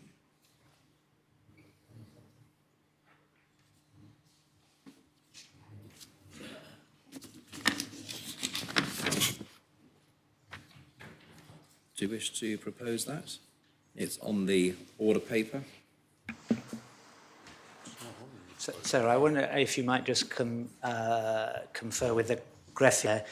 We always used to have required to have draft acts to give immediate effect, but I think in this case we've got, if you look at Article 3, it's due to come into effect on the 14th of July, and there's no longer a need for the draft act, but I could be incorrect in that assumption.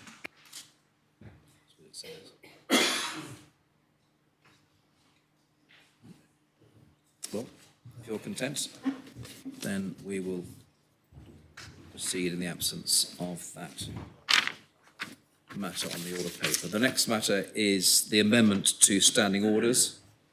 Various amendments have been lodged by the Privileges and Procedures Committee. I ask the greffier to read the proposition. The States are asked to decide whether they are of opinion to make the following amendments to the standing orders of the States of Jersey with immediate effect. Yes. Madam Chair. Thank you, sir. You will have all noted that this proposition was reissued at lunchtime to clarify Standing Order 169. The wording Her Majesty in Council will be replaced with His Majesty in Council. The rest of the proposition reads the same as before, and the reissue was purely for clarity on Standing Order 169. So PPC has lodged this proposition, which proposes a number of amendments designed to update standing orders. Detailed explanation has been provided in the covering report to the amendments, but I will briefly run through them. They're all intended to be minor, tidy-up amendments. The first amendment relates to degendering standing orders. In 2019, the Assembly agreed an amendment to standing orders which started a process of degendering standing orders. For example, any reference to chairman was replaced with chair. We have identified a further amendment to continue this process by replacing references to manpower with staff. This actually only impacts Standing Order 21 and the requirement that each proposition is accompanied by the proposer's estimate of the resource implications of the proposition. If adopted, this would be known as a statement of the financial and staff implications. The second amendment relates to the closure motion in respect of censure or vote of no confidence propositions. PPC has proposed an amendment to Standing Order 84, which would make an explicit provision so that the subjects of censure or vote of no confidence propositions would have the chance to speak a second time in the event of a successful closure motion. This will reflect in standing orders a ruling the bailiff has previously made on this matter. The third relates to the Minister for External Relations. Following the Chief Minister's recent decision to rename the Minister for External Relations and Financial Services as Minister for External Relations, we have proposed amendments to Standing Orders 117 and 120 to ensure the correct terminology is used. The fourth relates to the involvement of ministers in scrutiny appointments. Ministers are already prevented from taking part in the selection of the chair of their scrutiny panel. During the appointment of a chair, the relevant minister or ministers can neither nominate candidates for the position nor take part in any vote required to select a candidate. There is currently no corresponding provision in respect to the appointment process of members of scrutiny panels. Although we are not aware of any contested appointments to scrutiny panels, we are proposing an amendment to Standing Order 125 to ensure clarity that, if a chair's nomination is contested, the relevant minister or ministers could neither nominate alternative candidates or take part in any ballot that was required. The two last amendments, sir, relate to references to His Majesty the King. Following the recent change of monarch, there is a need to update Standing Orders 104 and 169 to ensure the reference is made to His Majesty the King. Finally, and as I said at the beginning of this speech, the last amendment is Standing Order 169. For the words Her Majesty in Council, substitute the words His Majesty in Council. Sir, I move the proposition. Thank you. Is the proposition seconded? Yes, sir. Thank you. Does anyone wish to speak on the proposition? Yes, Deputy Rob Ward. Sorry, sir, I've got myself very confused here. So are we saying that, I've got confused over the change because I read the initial one, and the other one came out just today, sir. I was wondering, so is this now that members of scrutiny panels can also not be voted on in a similar way to the chair of the panel? You know, have I misread that? Yeah, it could just me have misread that. Did have a headache, to be honest, sir. But if I could just ask the chair of people just to clarify that change, because I missed it. I do apologise, sir. I think we'll wait for other members to make their contributions first. Does any of them wish to speak on the proposition? If not, I call upon the chair to reply. Yes. Thank you, sir. And in response to Deputy Ward, the only thing that was changed on this updated version was the change from Her Majesty in Council to substitute the words His Majesty in Council. And the appointment of, for scrutiny panels is purely that ministers and assistant ministers cannot take part in or nominate scrutiny chairs. Or thank you. So I would like to call for the appel. Thank you very much. The appel has been called for.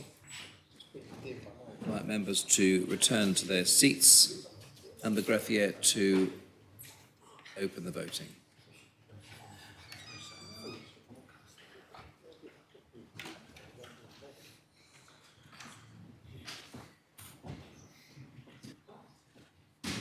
All members have had the opportunity of casting their votes. Allows the greffier to close the voting.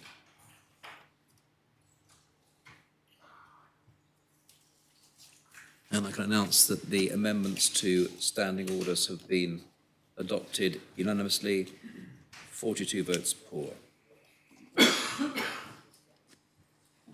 The next item of public business is removal of compulsory independent taxation for existing married couples and civil partnerships lodged by Deputy Farnham. The main respondent is the Minister for Treasury and Resources. Deputy Farnham, you have lodged an amendment to your proposition, and one has been lodged by Deputy Alves, is that right? Yes, sir. And do you wish your proposition to be read as amended by both amendments? I do, sir, and if possible, at the end of the debate, I may well ask for paragraphs A, B and C to be taken, and then D to be taken separately if we do that, sir. That's a matter for you in due course, but does any member object to the proposition being read as amended? Yes, sir. I would prefer it not to be proposed as amended, because I'd like to reserve the right to vote against the amendment of Deputy Farnham to his own proposition.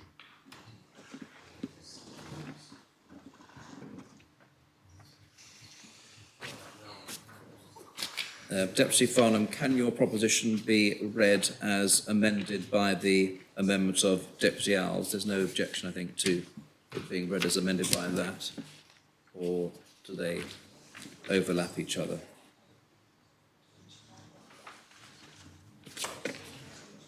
Well, they both overlap, don't they?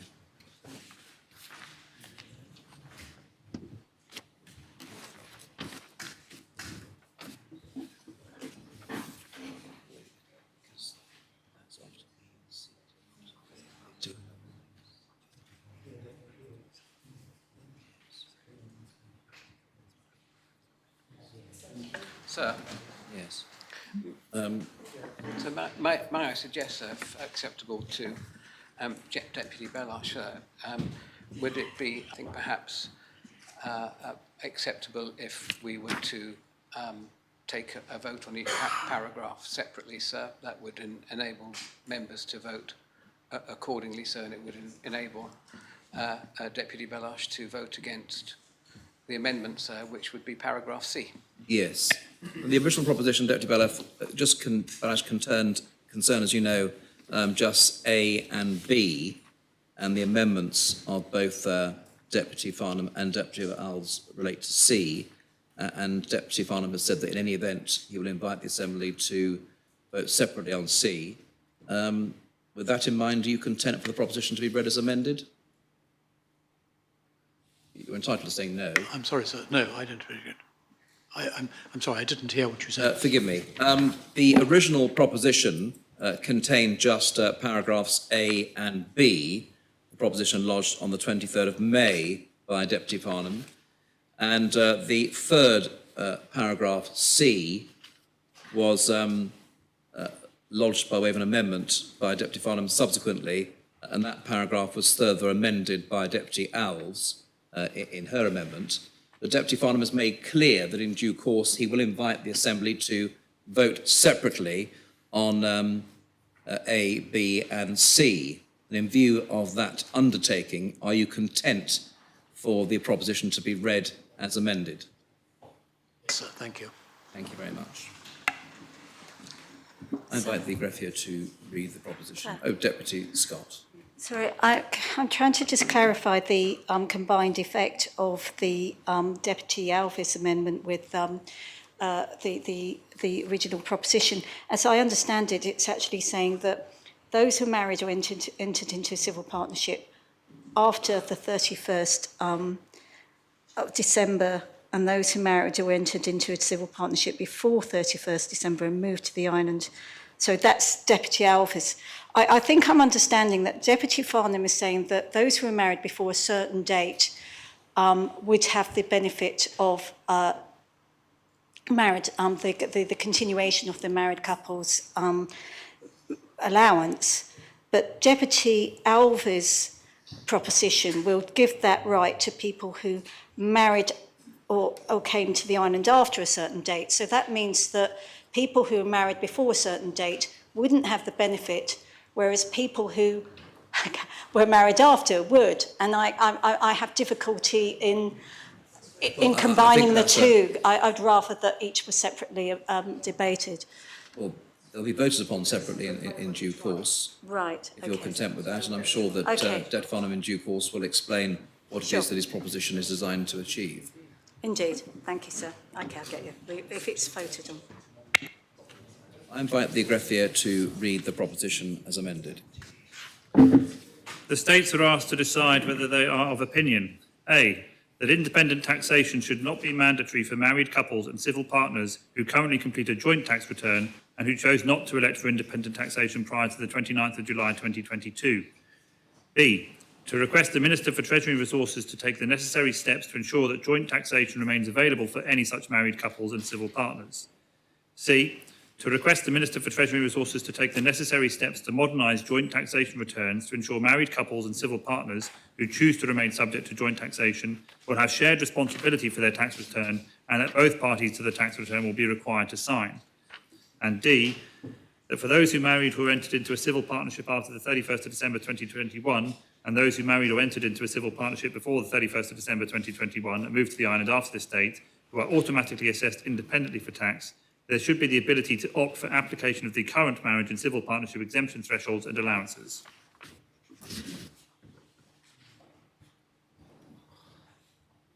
Deputy Farnham. Thank you. Thank you, sir. This proposition respects the previously agreed position of independent taxation, sir, as the default position for all new married couples and civil partners, sir. And perhaps with reflection, that could be a debate for another day, sir, given the strength of feeling islanders have expressed since the publication of the proposition. This proposition seeks, sir, to retain the freedom of choice to allow existing tax-paying married couples and civil partners to retain the right to choose whether they file either a joint return or independent tax return. Turning to my amendment, sir, this proposition, by asking for the modernisation of legislation relating to joint tax returns, also aims, sir, in line with our commitment to further align ourselves with the international standards and recommendations set out in the Convention of the Elimination of All Forms of Discrimination Against Women, which was extended to Jersey, sir, in February 2021, to eliminate any form of discrimination against women that remains in our tax system. And I'll explain a little bit more about that shortly. By way of background, sir, in November 2019, the then Minister for Treasury and Resources Deputy Susie Pinnell lodged a proposition to begin reform of the personal taxation system. In February 2020, the States Assembly agreed in principle to introduce a new system of independent taxation. The States Assembly agreed the first law changes on the 15th of September 2021, requiring from 2022 anyone who gets married or becomes a civil partner or anyone arriving in Jersey will be independently taxed. The current system of married couples taxation is well established, sir, and has been a part of Jersey's tax law since 1928, when income tax was first introduced. However, legislation shortly to be presented to the states will require all married couples and civil partners to be independently taxed from the year of assessment 2025. When islanders are independently taxed, they will be legally responsible for filing their own return and paying their own bill throughout their life, sir, whether single, cohabiting in a civil partnership, or married. This new law will apply to all existing tax-paying married couples and civil partners.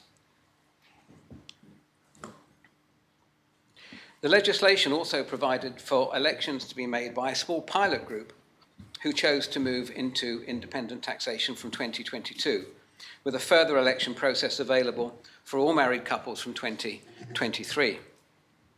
In an answer to an oral question in the States Assembly on the 2nd of May this year, Deputy Miller confirmed that out of approximately 19,000 tax-paying married couples and civil partners, only 121 couples from a pilot group of 282 others had opted for independent taxation for the year of assessment 2022 and 2023 respectively, sir, with only 60 couples so far opting for independent taxation for the year of assessment 2024.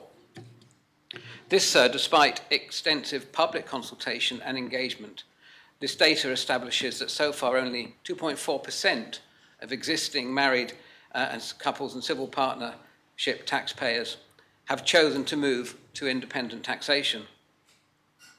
Deputy Miller was unable to explain why there had been such a low take-up. It is, however, clear from those statistics that the move to force individuals onto compulsory independent taxation, many of whom have been completing joint returns for all of their married lives, sir, is proving most unwelcome, sir, and unpopular. If approved by the Assembly, mandatory independent taxation will be, sir, imposed upon all islanders from the year assessment 2025. And while there is no financial impact for some couples, approximately 7,000 couples would see their tax liability increase. The increase will arise for couples where one partner has income below the single person's income tax threshold, which is currently, sir, £18,550. This impacts mainly lower income families and pensioners, with some higher income families seeing a reduced tax liability. For couples where one has income less than £18,550 per year, sir, and for other partners' income, the other partner's income is more, the two independent tax bills added together may be more, come to more tax than was paid with the current allowances under the current joint tax return. But all is not lost, sir, because the couple will be able to claim a compensatory allowance for the difference when independent taxation is made compulsory. It is proposed that the compensatory allowance will be in place for only 10 years, sir, with a statutory review at year 8. The logistics of this, particularly for the older generation, pose more of a problem where the husband or the wife will never have completed a tax return prior to this. In addition, where one individual may have become ill or incapacitated and physically unable to complete a form, there are no provisions to allow a joint return. Many islanders cannot see the rationale for having to complete 2 forms instead of 1. There is, of course, a valid issue about the unsettling effect these changes will have on many couples, especially as I said, sir, for the older generation. And similar concerns have been raised by the Citizens Advice Bureau and the Personal Tax Community Help Desk events, which have taken place in parish halls and other locations across the island since 2022, sir. We've seen a lot of tax computation examples provided by the ministerial team on this, sir. But an example of where concern is being expressed, sir, is any woman, for example, who held a red social security card. Their pension now has to be declared on the husband's return, sir. That, I think, came into force 3 or 4 years ago. Now no allowance has been made for this under the proposed changes, sir, and as such, the entire tax burden will fall on the husband for both pensions, sir. This is the sort of thing that is causing concern. It appears that new tax systems and the accompanying software have been put in place, sir, prior to any decisions being made about independent taxation. In fact, I remember from the, I can't actually remember the year, so I should have looked it up, but I remember there were some contentious issues raised by scrutiny at the time because of the fact that the system was purchased off, I believe, a New Zealand business with very little example of it operating in many, if any, other countries in the world, sir. And as a result, it had to be adapted accordingly, sir. And islanders are having to adapt accordingly to the system, sir, that we have in place, when it really should be the other way around. I maintain that we should be adapting our system, sir, and our software to operate in the best interests of our islanders. The Minister for, thank you, Deputy Vinay, for that. Oh, was it you? No. With the Minister, wishful thinking, sir. The Minister for Treasury and Resources has confirmed, sir, in a written question, that their revenue management system has been customised for use in Jersey to accommodate joint returns. So they can do it, sir. The system has already been adapted. They are doing it now. We have been doing it, sir, since 1928, running parallel systems for single and joint returns, sir. The system is adapted and it's working at the moment. But, sir, he also stated that quantifying the future costs, resources and complexity is difficult, sir. Yet he goes on to say that allowing couples to remain in the married couples taxation regime is likely to increase the costs of revenue Jersey by at least £500,000 per year. I understand, sir, that is a guesstimate, sir. There's no evidence or workings to support this. But, sir, I cannot see how maintaining and modernising what we have already to be so complex. I absolutely cannot see how processing triple the amount of tax returns and calculating compensation for up to 7,000 more returns can actually cost less and be more efficient. Simply put, instead of one joint return for a couple, there will now have to be 3 returns processed. Spouse A, sir, return, spouse B, return. And then work will have to be done by the Revenue Jersey Department for a joint return in order to calculate whether any compensation are due. So we're not really losing the joint return. We're just creating more filings, sir, because that joint analysis, that joint calculation has to be done for calculation, sir. This will rely upon spouse A and spouse B agreeing on the income to be submitted by each, and on both returns being correct and submitted in a timely manner in order to calculate the correct compensation, sir. The very fact that a compensation scheme has been developed is an admission, sir, that many taxpayers will be worse off, sir. The question of whether joint tax returns discriminate, sir, is an important one, and is also subjective and can depend upon various factors and perspectives. In civil partnerships or same-sex marriages, the individuals concerned can elect who is spouse A and who is spouse B. And that's important, sir. And I believe, sir, that if the Assembly were to accept this proposition as amended in relation to the modernisation of tax returns, this choice should be extended to all joint returns, sir, thus removing the discriminatory nature of the existing married man's joint return. All taxpayers have been issued with individual tax identification numbers, sir. Modernisation of the joint return should require the tax identity number for each spouse and require the signature of each spouse, sir. There have, as a result, sir, I believe, sir, of course, with further auditing and checking, that it would not be difficult. I wonder if the Deputy could just give way, because he keeps using a term which is not a concept known under Jersey tax law. Yes, sir. You agree to give way? He keeps using the term joint tax return. There isn't such a thing currently as a joint tax return in Jersey tax law. I think members know what I mean, sir. Yes. Thank you. So would you like me to call it a joint tax assessment? Is that correct? No, it's the married man's assessment. He and I both Yes. fill in the married man's assessment. Okay, so I did allude earlier to the married man's assessment, sir, and those are the sort of acronyms we need to dispose of, sir. We need to lose that. We need to lose that. Okay, but we do not have to go, sir, to independent taxation to do that, sir.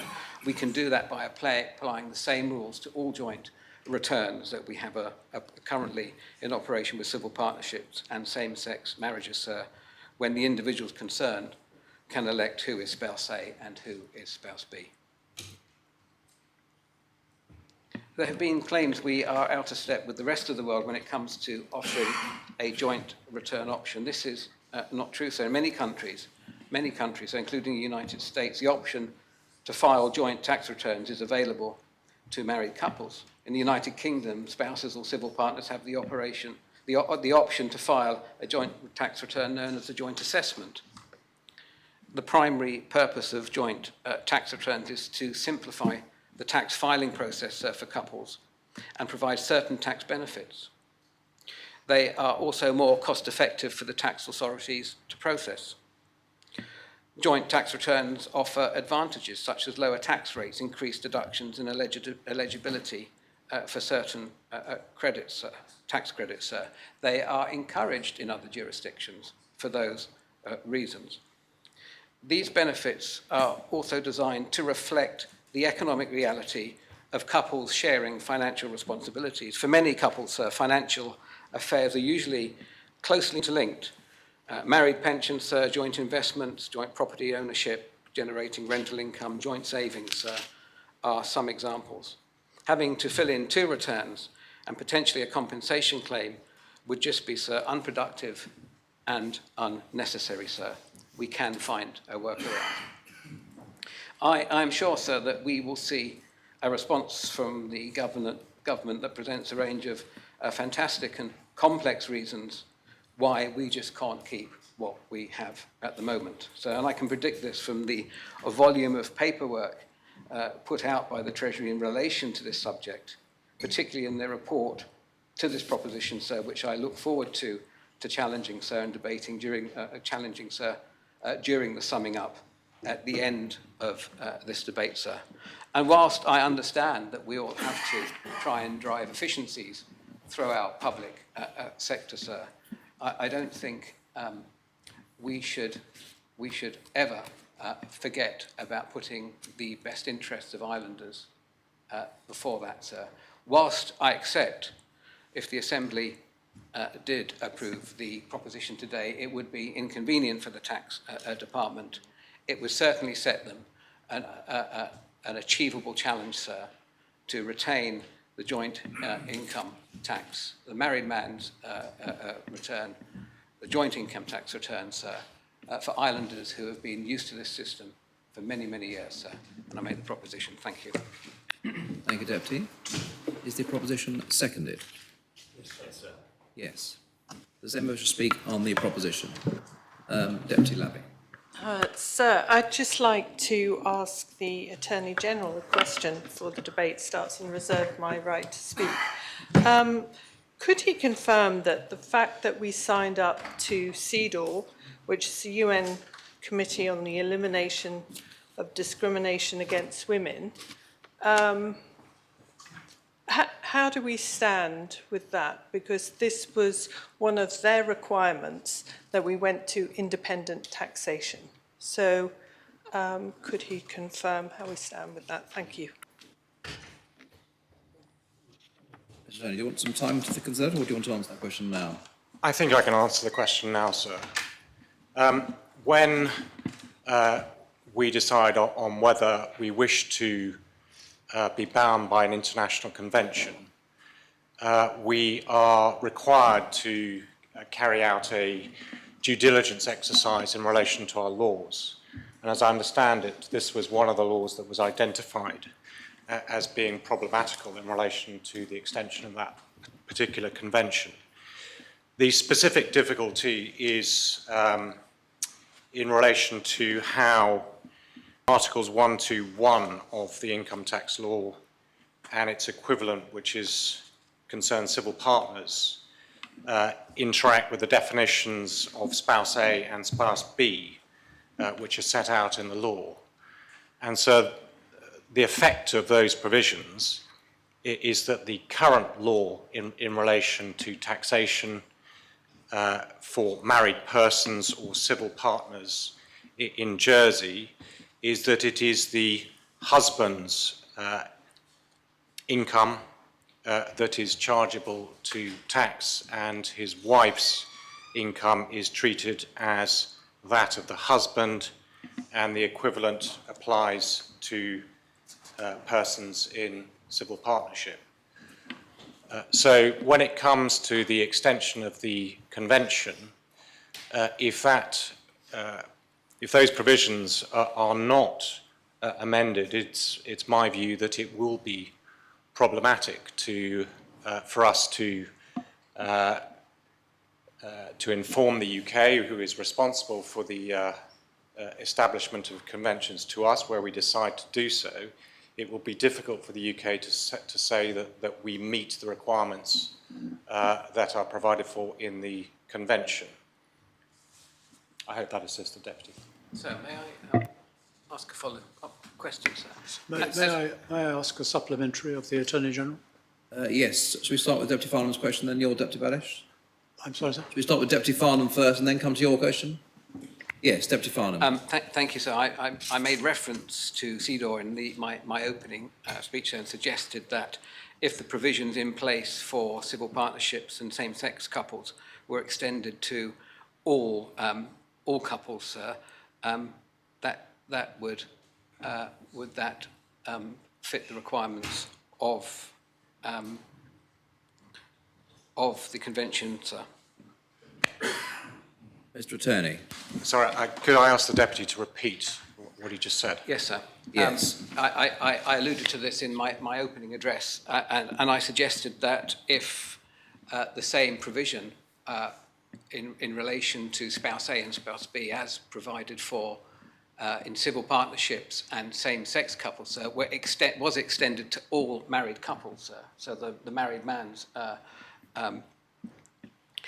provision would be removed. So all couples, sir, had the same choice, sir, of spouse A and spouse B. Would that meet the terms of the convention? So I'm not sure I fully follow the logic of that suggestion, and I'm not sure that I can give a categorical answer in relation to the Deputy's suggestion. I think I would need, the answer that I gave was an in principle one. I would need to go back to the relevant convention and conduct a more detailed review of whether or not the Deputy's suggestion would meet its terms. Yes. All right. Deputy Balish, you have a question for the Attorney. Two questions to the Attorney, sir. First of all, is the position that the island made a reservation in relation to the convention when it was decided to accept it. It wasn't quite clear from the attorney's response whether that is the position. Secondly, is it the view of the law officers that even if couples have to elect to avoid independent taxation, that still amounts to a discriminatory process?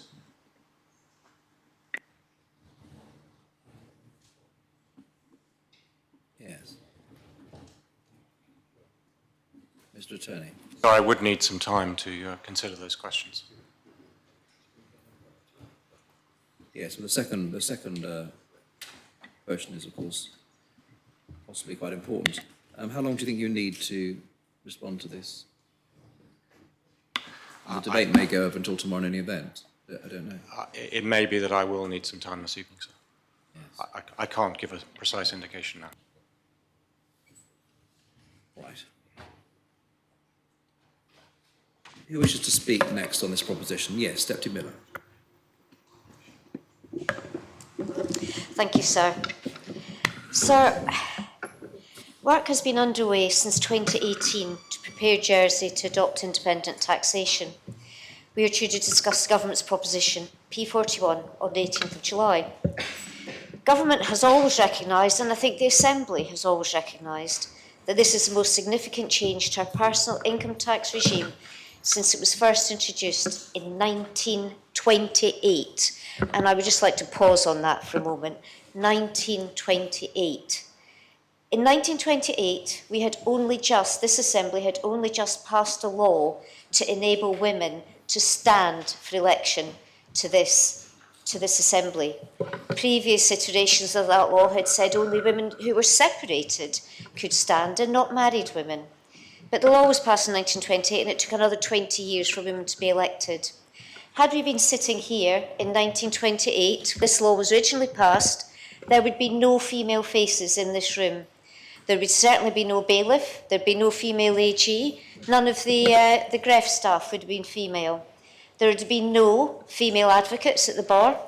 I doubt there'd be very many female doctors, and I doubt very much that there'd be any female directors in any of the businesses and banks running this island. I'm not quite sure what women would have been doing in 1928, but they would not have been in positions of power. I expect that there could be older sisters in a landowning family who would sit and see the land going to their younger brother because women could not inherit. We have come a long, long way since 1928, and it really is time we reflected on that. For many, it's a matter of some embarrassment that Jersey still has the regime of so-called married couples taxation in existence. Most jurisdictions dispensed with that form of taxation many decades ago. The United Kingdom changed their laws in 1990. Maintaining it raises questions around our commitment to equity of treatment for islanders and potentially allows a situation of coercion in marriage to continue. I'm sure that other members will be discussing those later on, so I'm not going to go into that in too much detail.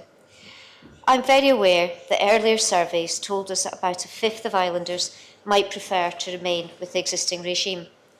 I appreciate their concerns, sir, but I believe they are not well founded.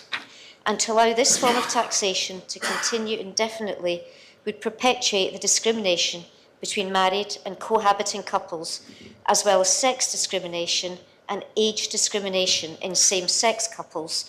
I don't believe Deputy Farnham's right. Same-sex couples do not elect the older of the two partners is responsible for filing the tax return. This discrimination could easily last for 60 years or more, given that we have some quite young couples who have married before 1st of January 2022. I will also believe that our fundamental commitment to low, broad, simple and fair taxation merits us having just one tax regime that applies to everyone. So we already have independent taxation. We are well on the way to completing these changes.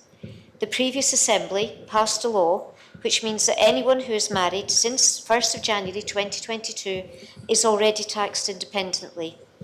any married people who have come to Jersey as couples since 1st January 2022 are also independently taxed.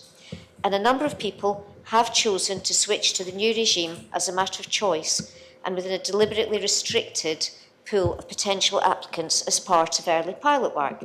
The first group was kept small deliberately by Revenue Jersey to make sure that our systems worked. And as Deputy Farnham says, while a relatively small number of people have elected, some people have elected. And I don't, as I previously said, I can't necessarily see why. It may be something as simple as inertia, and it may be because some people are waiting for the compensatory allowance to come into place to mean that they will not be worse off by going into independent taxation. So it has always been the case that we expected to move all remaining married couples to independent taxation as soon as we were ready to put in place the proposed compensatory allowance. That allowance mitigates the problem that all jurisdictions have faced in moving to independent taxation. The problem that, all other things being equal, some groups would be financially disadvantaged by an overnight move. That allowance offers perfect compensation to those who need it. It changes with people's circumstances over the transitional period. The compensatory allowance does not need to be applied for. They do not need to fill in 3 separate returns. A married couple will each file their own return, and our system will work out what the tax is that they should pay and will apply the compensatory allowance appropriately. The government's draft law, P41, which we will discuss in a few weeks, assumes that it will continue until the Assembly decides it's no longer needed.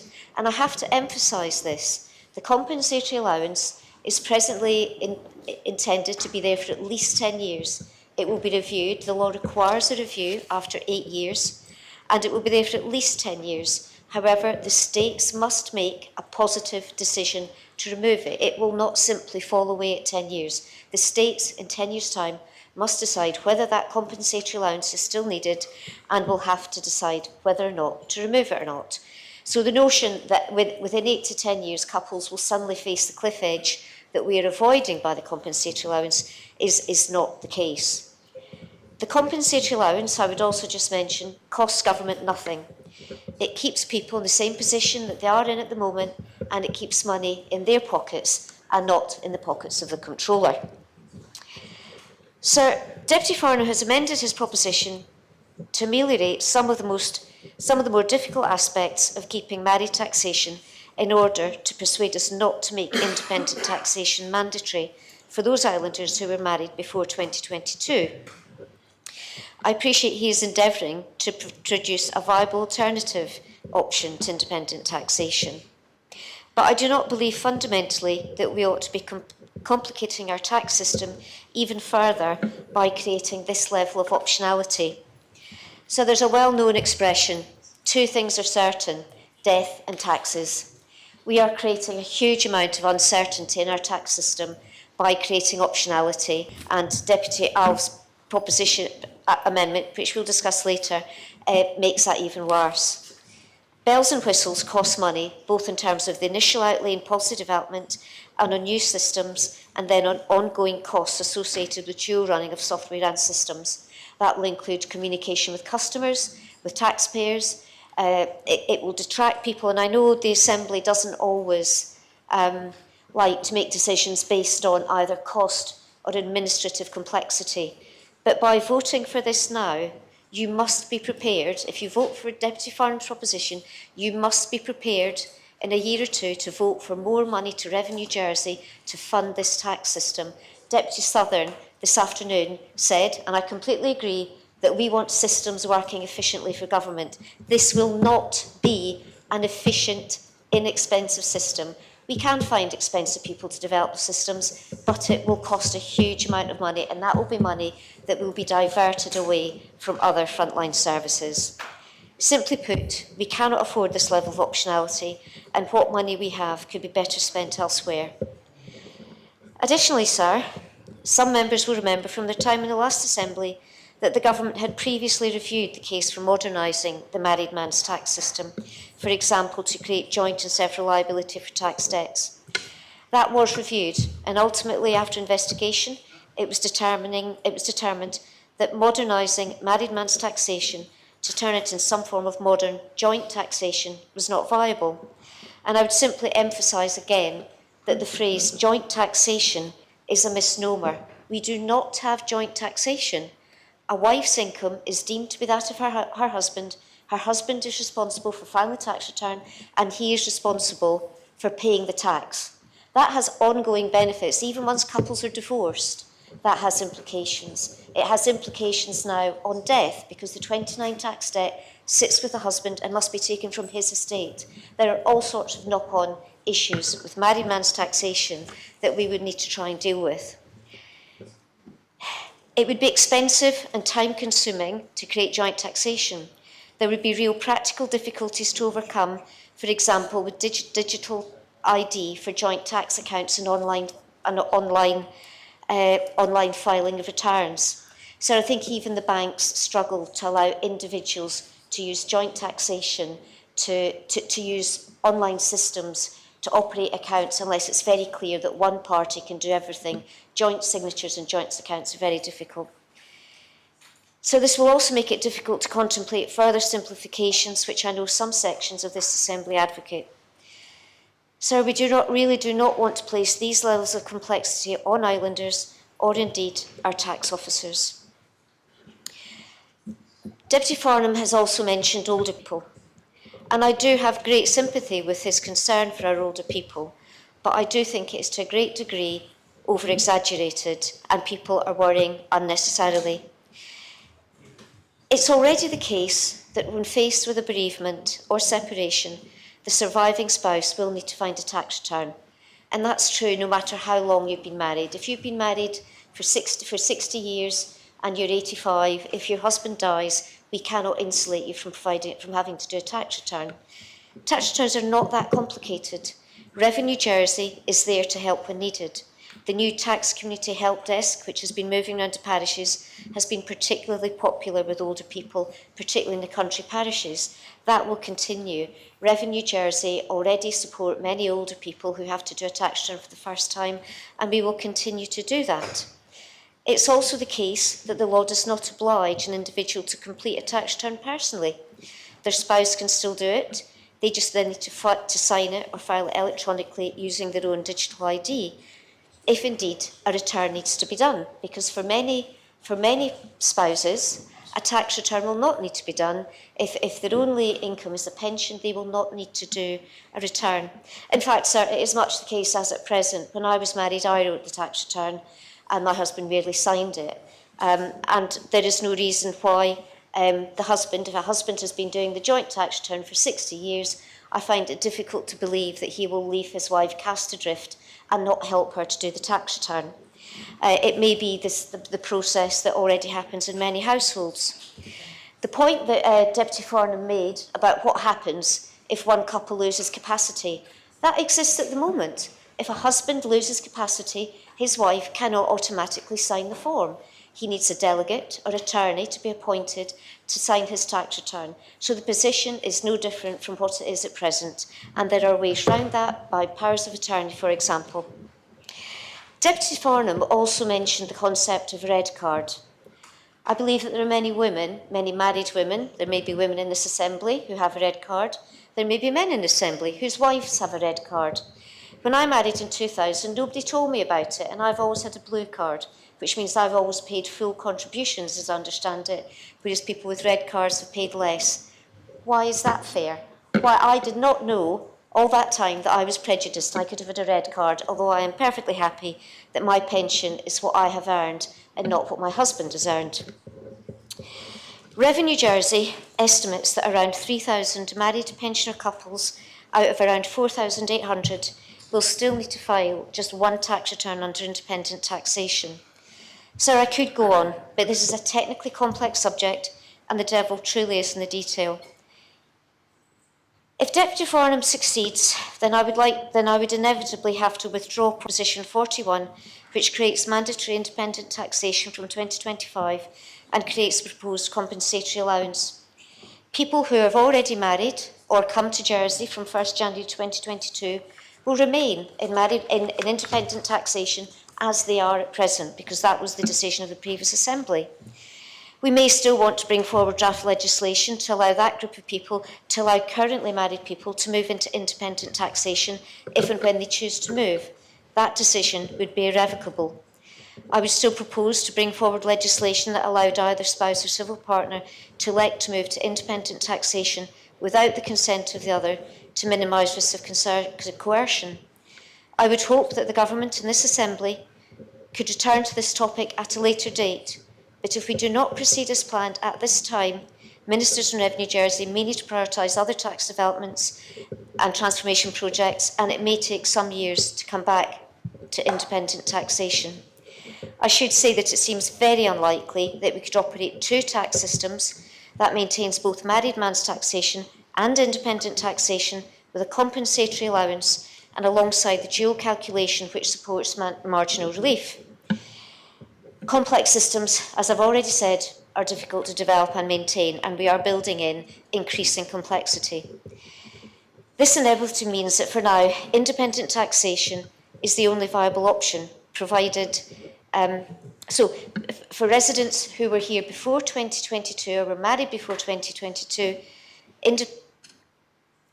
independent taxation is only a viable option if it is financially neutral or beneficial for them. That means that those couples who would like to be independently taxed will be excluded from that. That means lower income couples, lower income women will be trapped in married man's taxation, and we will also continue the inequality caused by gender and age in our current system.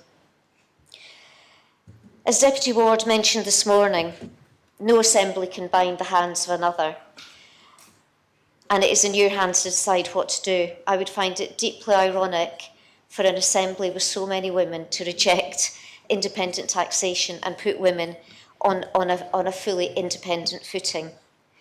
Many members have been lobbied by islanders who say they want no change. But Deputy, over half... Can I ask, Deputy, are you the main responder?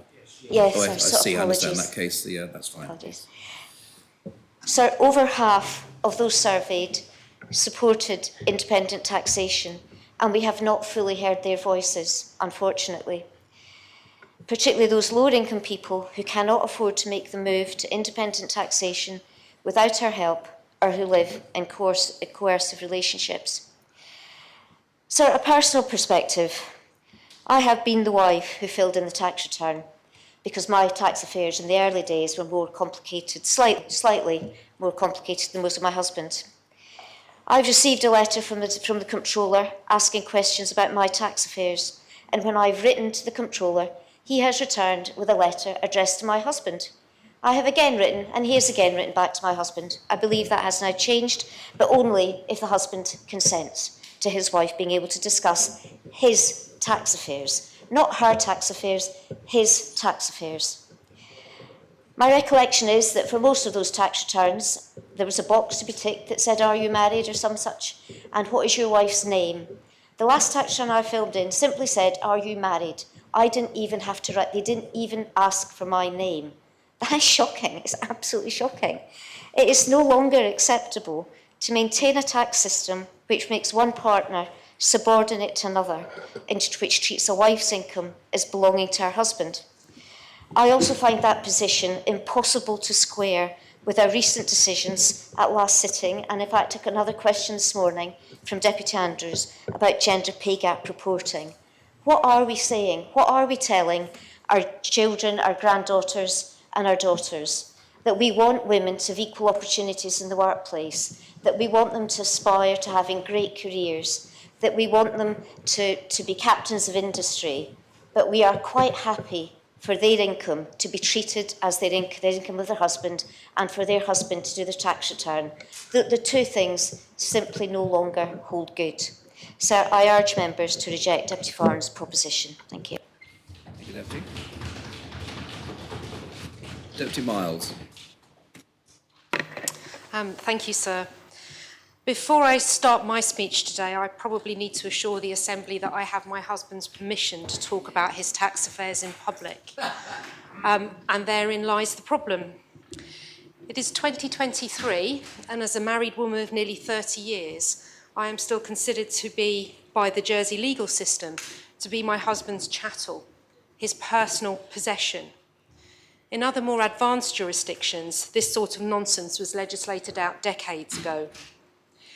It is not right that in 2023, as a mature, educated, married woman, I am not able to take control of my personal tax affairs without my husband's permission. 2 years ago, as we've heard, in 2021, the then Treasury Minister presented a draft law to introduce independent taxation. At the time of the debate, Deputy Susie Pinnell said, "I am disappointed that we're holding this debate in 2021. It simply should not have taken us so long to reach this point. Jersey is lagging behind the rest of the developed world. I am disappointed that parts of our income tax system are so archaic that unpicking it to create something more suited to the 21st century has been cited previously as one reason for delay, rather than a call to action. I'm disappointed for the wives, married same-sex couples, and civil partners of Jersey who have not been treated equally or fairly, and who, on occasion, have been shocked, dismayed, and embarrassed that they needed their husband or partner's permission to speak to Revenue Jersey about their own tax affairs. Deputy Mezek was reported in the publication of the New York Times as saying, "It is simply wrong that in the year 2020, our tax law erases the identity of married women. It is the stuff of medieval times, not the modern age." I'll be intrigued to know whether he still feels the same. Yet here we are in 2023, debating a proposition that will perpetuate the inequality and effectively overturn the overwhelming wish of the Assembly in 2021. Other members will talk about compensatory allowance matters and form filling, so I'm going to concentrate my speech on rights and responsibilities. Based on my long experience as a criminologist working across the justice system in Jersey in a number of law enforcement agencies, it is my belief that providing married women with the opportunity to opt out of independent taxation will create yet another opportunity for perpetrators of domestic abuse to coerce and control their partners by forcing them to hand over their tax responsibilities and therefore limit their knowledge and control of their own financial affairs. Economic abuse is a form of coercive control that involves the control of a partner's or ex-partner's money and finances, as well as their access to basic necessities such as food and clothing. It can include exerting financial control over income, benefits, spending, bank accounts, bills, and borrowing. It can be maintained through other forms of control and threats of physical harm. Members will know that there's a significant piece of work going on at the moment by the Violence Against Women and Girls Task Force. Research carried out by this task force has found that economic abuse is a key element of the abuse that's suffered by victim survivors in Jersey. For virtually all the survivors who participated in our focus groups and interviews with researchers, economic abuse made up a significant way in which they were controlled and restricted. Examples included all finances being in the perpetrator's name, or the perpetrator controlling victims' access to their own bank account, no control or even sight of finances, refusing to pay maintenance or fund necessities. Victims of VAUG in Jersey reported higher percentages of economic abuse than their counterparts, nearly 60% versus 30% in the United Kingdom. That is nearly double. Restricting the independent taxation of women reinforces a message of gender inequality, which is known to be a key driver of violence against women and girls. The World Health Organization tells us that gender inequality is a key driver of violence against women and girls. And as such, promoting and achieving gender inequality is a critical element in the prevention and reduction of violence against women and girls. Restricting the independent taxation of women reinforces gender inequality because it implies a paternalistic assumption that women might not be capable of filling out their own tax returns, or that the administration of financial affairs is men's business. As Deputy Miller said, we are not in 1928. The model is fundamentally based on a family where the man goes out and earns the money and the woman is reduced to being cast in the role of second earner, spouse B, who is not expected to contribute equally. It assumes inequality within a relationship and perpetuates outdated assumptions about a woman's role in the family and the workplace as a wife and or a mother first, and not an individual in their own right. Young people in Jersey are acutely aware of this inequality. Young people participating in our focus groups recognise the link between cultural attitudes towards women and the perpetration of vogue behaviours.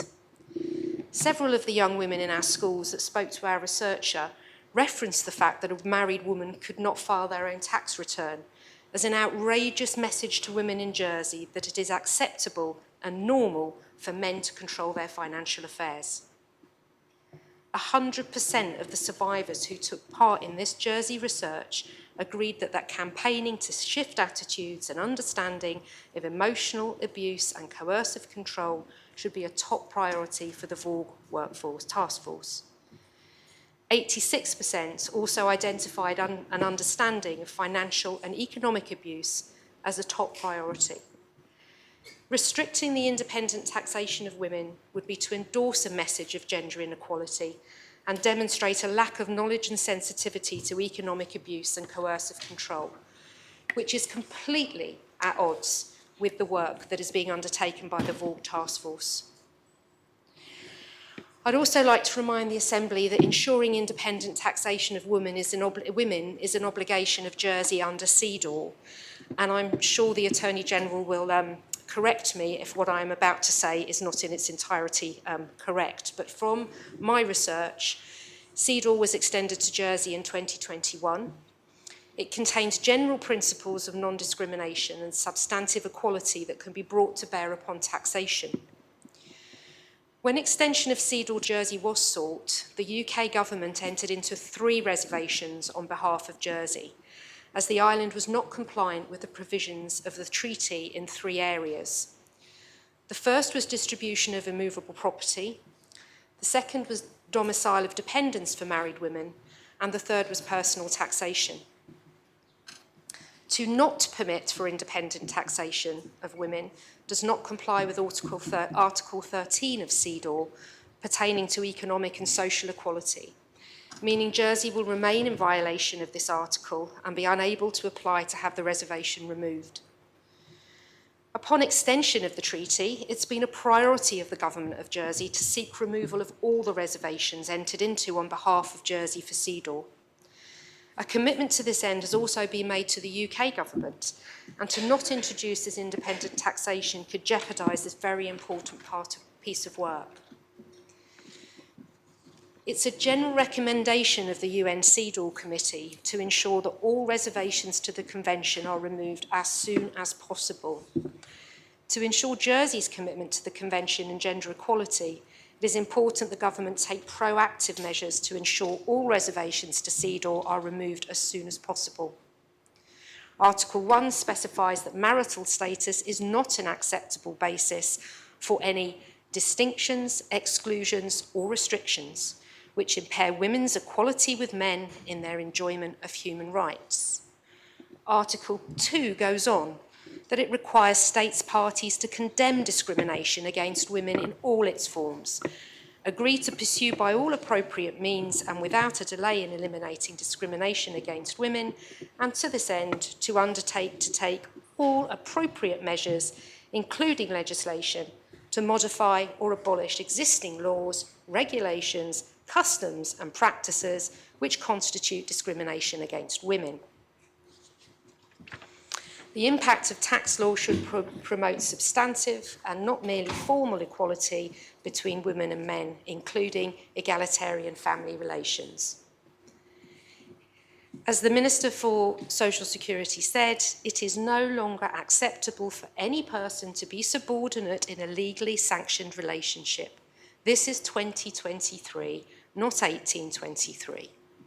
It is a fact that economic and financial control are features of most abusive relationships. I find it really ironic that at the last Assembly sitting, the House voted unanimously to make coercive control and economic abuse a crime. And yet here we are, 3 weeks later, debating the perpetuation of a patriarchal nonsense. What am I going to say to my children, to my future granddaughters? How do I explain that we live in a place that allows this level of discrimination to continue?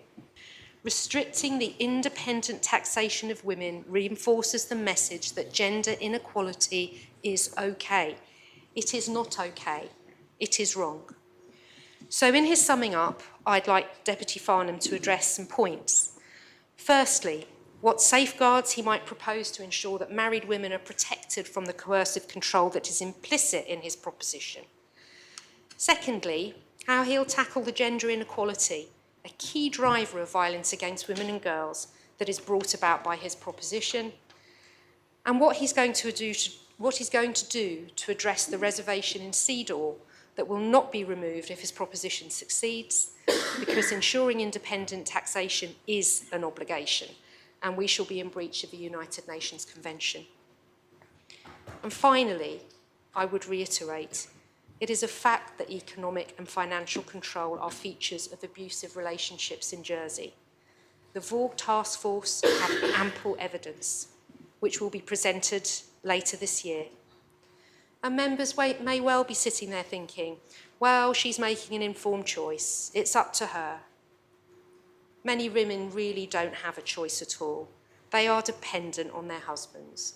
And offering a woman in this position an opt-out rather than a legal safeguard fails entirely to recognise or understand the mechanics of coercive relationships and the nature of consent.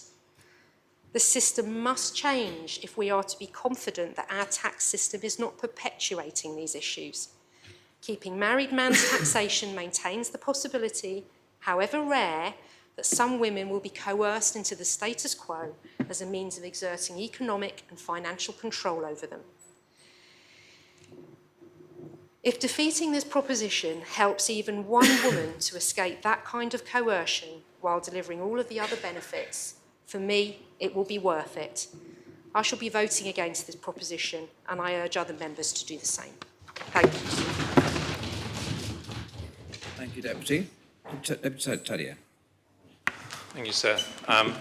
So I was pleased to catch the end of that impassioned speech, and I have absolutely no doubt where my colleague's commitment lies to that. I can't help feeling, though, that this misses a more fundamental point, is that I think this Assembly is trying to be taken down an avenue which one might call a false dichotomy, because I don't think there's anyone in this Assembly who believes that we should be promoting or perpetuating any form of coercive control or mechanisms that allow that. But I can't help thinking that the card has been somewhat overplayed here, because this is fundamentally about how you do it. So I think we've agreed in principle that, of course, we should at some point move to independent taxation. But the devil is very much in the detail, as are the winners and losers in that equation. And it has to be said, I've got something of an open mind on this. I think that's the direction of travel we should be travelling in. But I don't think the government's come up with the right mechanism to do that yet. And it also has to be said that much of the correspondence that we've all been receiving on this issue, whether it's from our own constituents or from the island-wide constituency, has come from women themselves. These are not women who are writing to us saying, please continue the patriarchy because we love our husbands filling in our tax returns. Please enable more coercive control to happen. They're saying, actually, I think I'm going to be worse off here than I was before. So the idea for the vast majority of couples who are filling in tax returns for them, I suspect, don't really care who's filling in the tax return. I mean, sir, I'm in the position where I'm being required to fill in our tax return. It's due imminently, I think. And my wife's saying to me, when are you going to do our tax return? And I'm kind of saying, very soon, but also when you give me your paperwork. Then I can sit down, I can fill it in, you can check it, and I'll sign it, but whatever. And in the future, that may change. But I think women and men are more concerned about who the winners and the losers are going to be in this situation.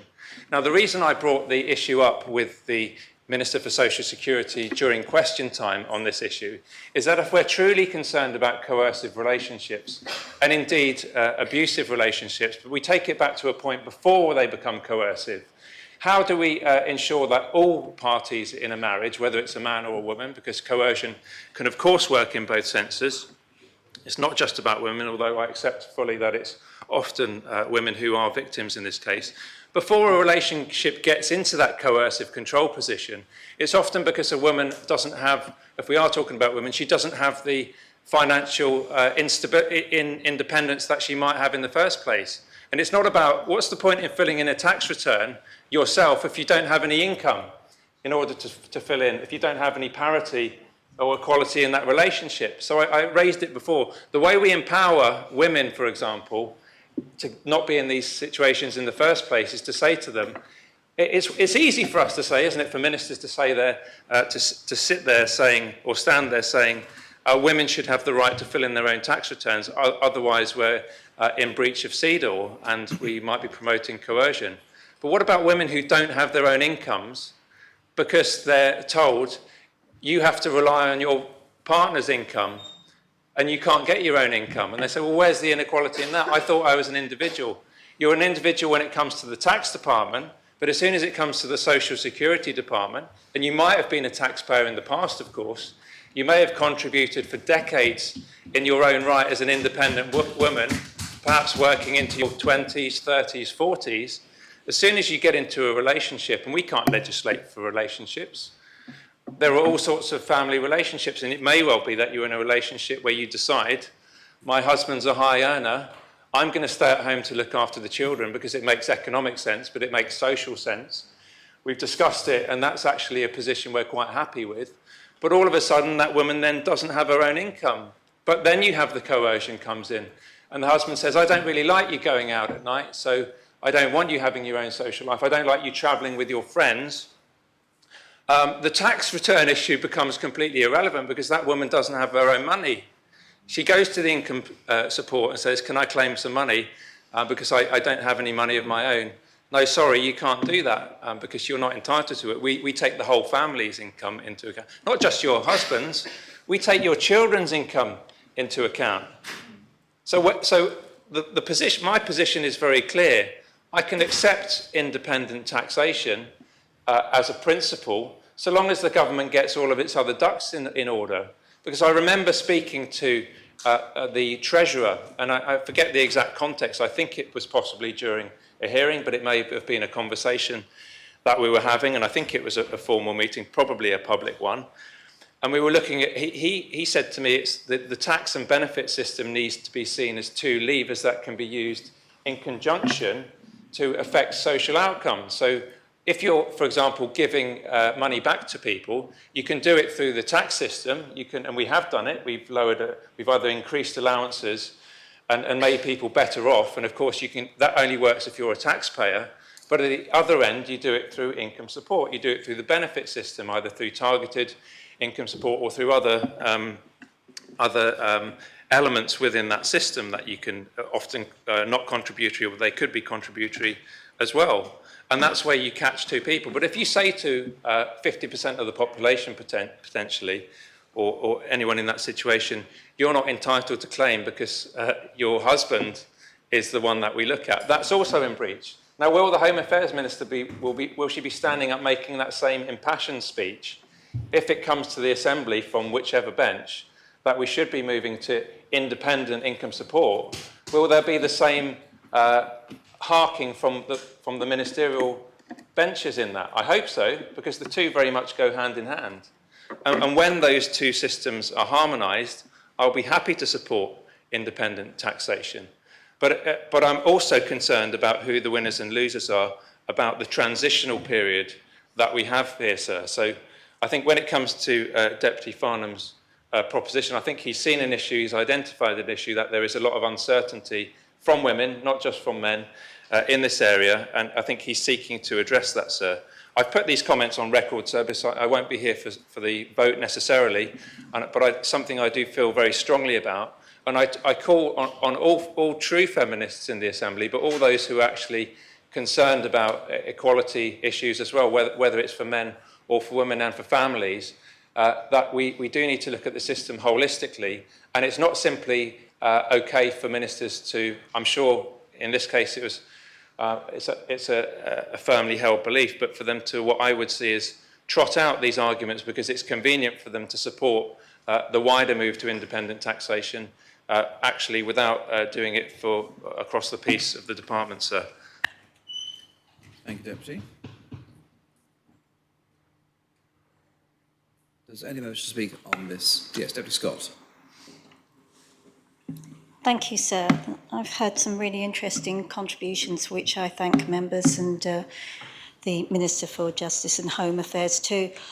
When I actually look at the concerns about independent taxation, there's two main phrases have come to mind. One is why the anxiety, and the other is this mention of administrative convenience. For many years, this whole married man's allowance and having men write forms on behalf of women was an administrative convenience. And some of the correspondence that we've received, I think, have been that some women do like the administrative convenience of having their husband do their tax returns.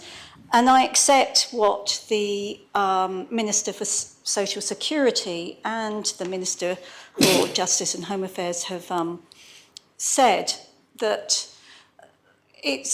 there are important reasons for having independent taxation, and not least because of this conformity with a treaty, that the actual identifying the woman as an individual is not in itself objectionable. But why the anxiety?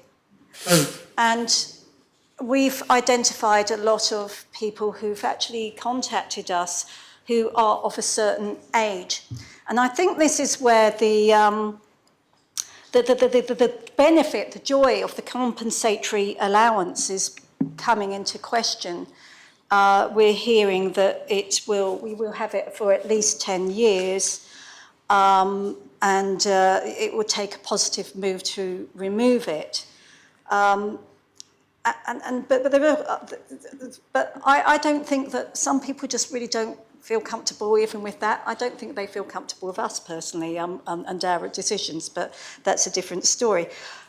This Minister of Social Security, I quote about the compensatory allowance was introduced because of a concern that some groups would be disadvantaged by an overnight move. I think there are people in our community who are actually thinking they are of a certain age, and if this compensatory allowance only lasts 10 years, they're going to be disadvantaged at an age where they really will need some extra money. Instead, we'll find they're paying extra tax.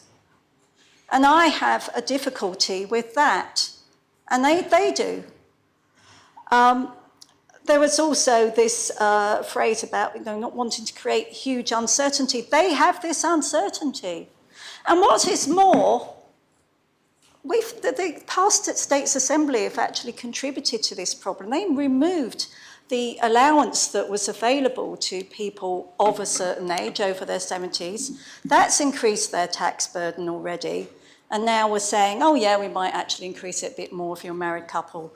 Sorry about that. Well, not really. Well, no, you just have to trust us. Why should they? For that reason, I've actually, whilst accepting this need for independent taxation, am seeking to move for one option that was actually rejected at the time of the original proposition. I think that was P119 2019. That actually brought in independent taxation. And that option was transferable allowances. One person mentioned this, and it was mentioned in the report. But, oh no, there are loads of people storming ahead saying we should have independent taxation. But in that report also, very clearly, was the statement that poorer people with lower incomes, couple with lower incomes, would be disadvantaged by independent taxation. So the compensatory allowance goes so far, but only that far. And I really have to say, why, and you know, what was not this compensatory, transferable allowances, and I noticed my colleague Deputy Alvis nodding furiously because I do believe that she brought up this issue at the time, and there you go, you know, we seem to be aligned on that score. So I will be seeking to move for this to create more certainty. Exactly this thing that the Minister for Social Security said was important for married couples, whilst accepting that, okay, maybe you have to have 2 pieces of paper rather than 1 now. Another thing that concerns me, this is about Deputy Farnham's proposition, but indeed the original proposition on the subject of domestic abuse and on the subject of how certain kind of administrative things can be abused as well, was this creation of joint and several liability for couples, except where they had opted for separate assessment. That in itself, I would have thought, would be capable of abuse. Well, if you did have a couple in a relationship and one person had a lot of money and the other didn't, and yet that person who was wealthier just suddenly gads off somewhere and leaves the other person literally holding the baby in the bathwater and liability for all their income. I don't think that actually works that well. So I would have liked to have seen in this supposed move towards a wonderful world for women and stopping abuse, not having this. Proportionate liability would have been more appropriate, I believe. But I wasn't here at the time that this was supported. But I do believe now is the time to actually look at this and say, yeah, we probably could just make some refinements to make this actually work better, bearing in mind these things about respecting the rights of women and supporting women, but also respecting that there is a community out there who are seriously worried about this compensatory allowance that will be there at least 10 years and no guarantee that it's going to be any further. So I will, I'm minded, I accept, I have some issues therefore with Deputy Farnham's proposition as amended, in addition to this concern that by the wording seems to suggest that there's, for couples who haven't opted for independent taxation before a certain date, there's no capacity for change. If you had this ability to have transferable allowances, there would be that ability to adjust to changes that may happen in income in relationships as they move forward. So I will leave it there because I suspect other people have heard enough of my voice. But as I've already mentioned in an email to members, I will be seeking to take forward transferable allowances and having that discussion with the Minister for Treasury and Resources. And I hope he forgives me for springing that particular issue on him at this moment in time. Thank you. Thank you, Deputy. Does anyone wish to speak on this proposition? Yes. Deputy Joan and Deputy Balash. Yes, Deputy Joan. Thank you, sir. I'm a woman and I'm married, which means the current married man taxation directly affects me because I'm seen as subordinate to my husband, however much I try to have an equal relationship with him. My manifesto I was elected on was clear. It's time for positive politics. That's going well. Time for a more inclusive, diverse and equal society. Yet the current system is outdated, archaic in nature, that treats wives, me, as a chattel, a personal object of my husband. Why? Because my hard-earned income, and it's definitely hard-earned, is considered part of my husband's income. I need his permission to be treated differently or even discuss my financial affairs with the tax office. This is social control, maintaining the unequal power relationships between women and men and reinforces women's subordinate status. It implies a paternalistic assumption that women might not be able to capable of filling out their own tax returns, or that the administration of financial affairs is men's business. This is why some women in Jersey don't feel confident that they should know about their family's financial situation to be part of the yearly ritual of the tax form filling out, because they have never been allowed to feel any different. As Deputy Scott highlighted, there's lots of anxiety around this. So on the surface, these two proposals are attractive. They offer choice over compelling people into something with which they might not be comfortable with. But is this really choice? Both amendments will undermine the fundamental principle of independent taxation. They would continue to treat married and unmarried couples differently. And going further, restricting the independent taxation of married women creates another opportunity, as we've heard by several speakers, for the coercive control of women, offering a woman in this position a unilateral choice to opt for independent taxation on her own fails to understand the impacts of coercive relationships. As someone who has experienced abuse explained, money doesn't make you happy, but without money, there's nowhere to go. That's why, for me, economic and financial abuse is the greatest form of control. Achieving gender equality means eradicating all forms of discrimination against women and removing barriers that prevent women from being fully equal with men and realising their rights. This is what is underlying this vote today, and I still do believe this. Ironically, the most diverse assembly to date in Jersey could, in fact, of supporting this proposition, be supporting the continuation of gender inequality. And this was an email that I received recently from a concerned islander, which sums up really what I've just tried to lay out.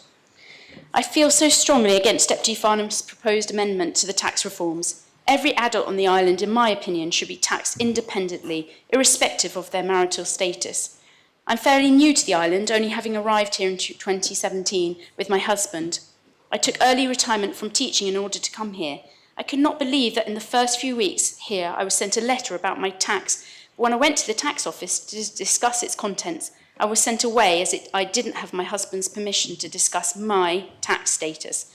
I was extremely humiliated, and I actually felt sorry for the young gentleman who was tasked with telling me this, as he said that some people had been quite aggressive when told this, and he was extremely apologetic. Having been married in 1998 in the UK, I have never ever heard of a husband being responsible for his wife's taxes. My female friends in the UK and Ireland of a similar age, born in the 60s and 70s, simply could not believe that Jersey has such an archaic and misogynist tax system, and several said that if they had moved here without knowing this, they would have left. In the first few months here, I was asked by two married women, who were both professionals, what I thought of the tax system, and they really let vent as to how unfair they thought that was. A husband gets to know to the last penny how much his wife earns, but he does not have to disclose to her how much he earns. Surely this is a recipe for financial abuse. I'm also aware of another professional woman here who chose not to get married before having children, as she wanted to be taxed independently. Finally, how much is this amendment of Deputy Farnham's going to cost? Surely the money could be used more wisely. And sir, as the Minister for Home Affairs stated already, Deputy Mezek summed it up well in 2020 when the States Assembly voted for independent taxation and was quoted in national newspapers, and as we hear, actually international newspapers. It's simply wrong that in the year 2020 our tax law raises the identity of married women. My identity. It's the stuff of medieval times, not the modern age. I googled the international press we received when independent taxation was passed with the states in 2020, and the headlines are really telling. Most were shocked that Jersey still has institutional discrimination against women. What will be the headlines tomorrow if we decide to backtrack on this now? I will be disappointed to be part of an assembly that doesn't take gender equality seriously. Talking about diversity and inclusion is cheap. Voting to keep a system that actively discriminates, goes against women, against international UN conventions, and against progress is wrong. We will definitely not be the stable, modern, open, forward-thinking jurisdiction we claim to be. Therefore, I will be voting against this proposition. Thank you.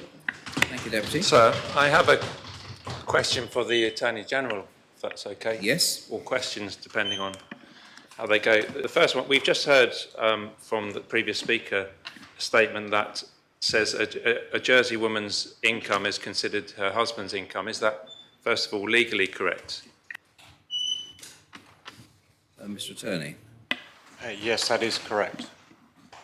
And the second question is, we seem, in this debate, we're debating effectively, I think, two things. Or we're talking about the departure from married couples' tax allowances, on the one hand, which will be different under single persons' tax allowances. Could be more or could be less for any specific couple. And would it be possible, if the government wanted to, and the Assembly wanted to maintain joint couples' allowances, to have a mechanism whereby the obligation for the male party in that relationship to file the tax return could be removed if we didn't move towards uniformly independent taxation? So I believe the answer to that question is yes as well. I think it's similar to what Deputy Farnham was asking me earlier.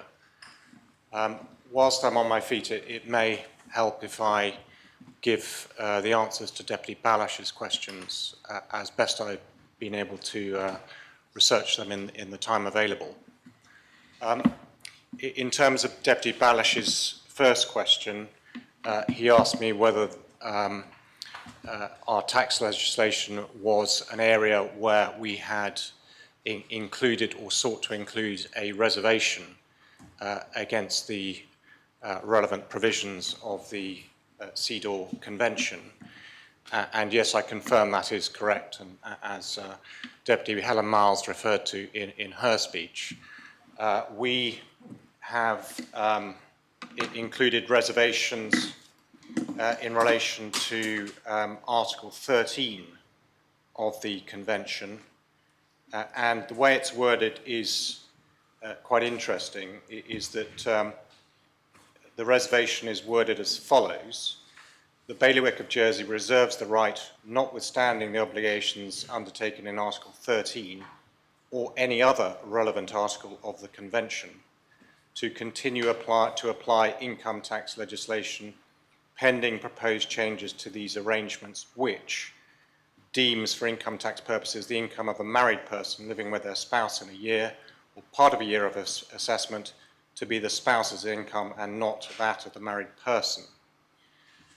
So the way that reservation is worded, it's a specific reservation in relation to Article 13 of the Convention, but it is a more general reservation as regards any other relevant article of the Convention.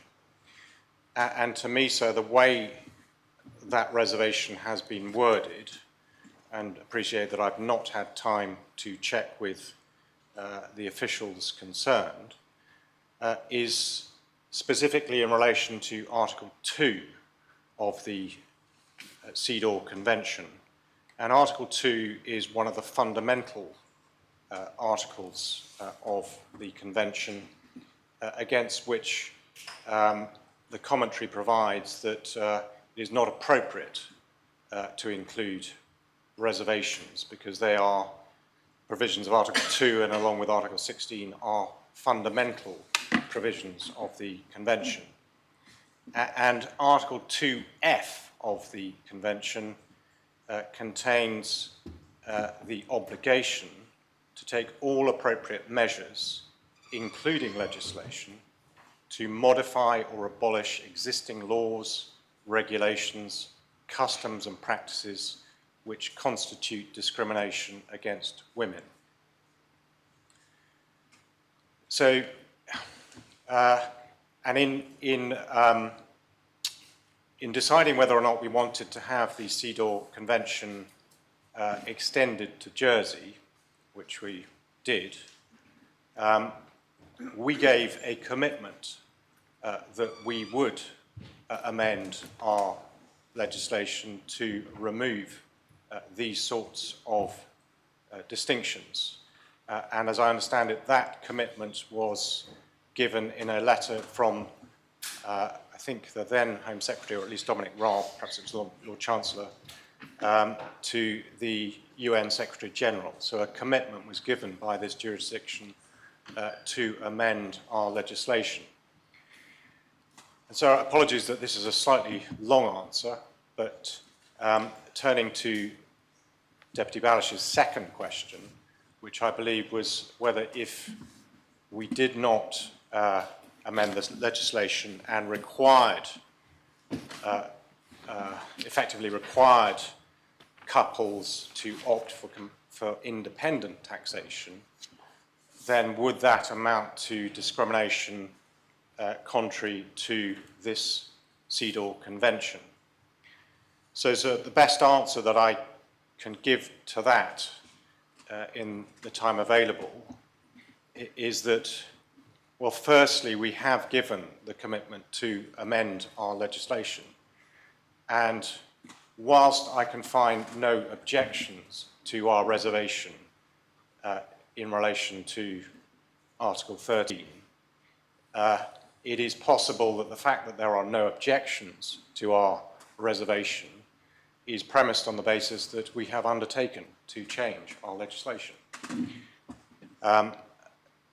The second part of my answer to that second question is that, well, if we didn't amend our legislation, I cannot be sure that the position whereby a couple would be effectively forced, if they wish to opt for independent taxation under the income tax law, that may still fall foul of the fundamental obligation not to discriminate against women and to take all appropriate measures, including legislation, to modify or abolish our existing laws, to eliminate practices which constitute discrimination against women. So, sir, it's a long answer, but I think that if our legislation, well, A, we have given a commitment as a jurisdiction to amend our legislation, and B, if we did not follow through on that commitment, I could not guarantee that another jurisdiction would not file a reservation to would not file an objection to our reservation, and I couldn't say that there was no risk that we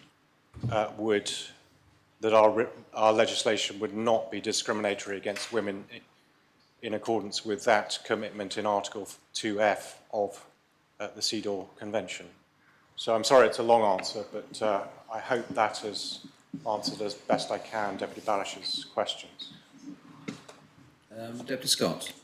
Thank you, sir. If I could just ask the Attorney-General just to clarify one matter. The undertaking to bring in this legislation, did it have an actual date by which would be brought? I don't believe it did, no. Thank you. So can I just clarify with my original question? I apologise if the question was asked in a similar term earlier whilst I was absent. I didn't hear it. But so to clarify, if government wanted to, decided not to abolish joint assessments and joint allowances, it would still be possible for them to remove the discriminatory part of it by bringing back legislation saying that men no longer had an obligation to file joint tax returns in their wives' names on their wives' behalf, and that the joint assessment could be done jointly or by either party. So to be clear, we don't currently have joint filing of tax returns. As I said earlier, the position is governed in Article 121 of the income tax law and the relevant definitions of spouse A and spouse B in Article 3 of the income tax law. So the default position, unless a couple opts for independent taxation is that the wife's income is treated as that of the husband. In relation to Deputy Tadier's question, my preliminary view is that if some form of amendment were brought so that there was not discrimination on the basis of sex, so that it was presumed to be the husband's income, but there was a much more flexible position as regards whether it was either of the couples who filed the return and whose income gets assessed, then potentially that would meet the problem. But that's just an in-principle answer, and I'm afraid the devil is in the detail in these sorts of things, and I couldn't give a categorical assurance that that would solve all the problems.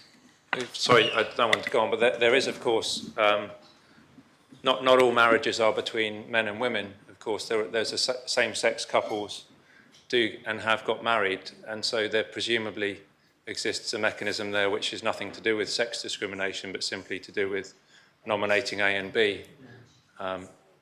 Could the age discrimination, but not, so it's not sex discrimination. I don't know if the attorney wants to comment on that. Mr. Attorney?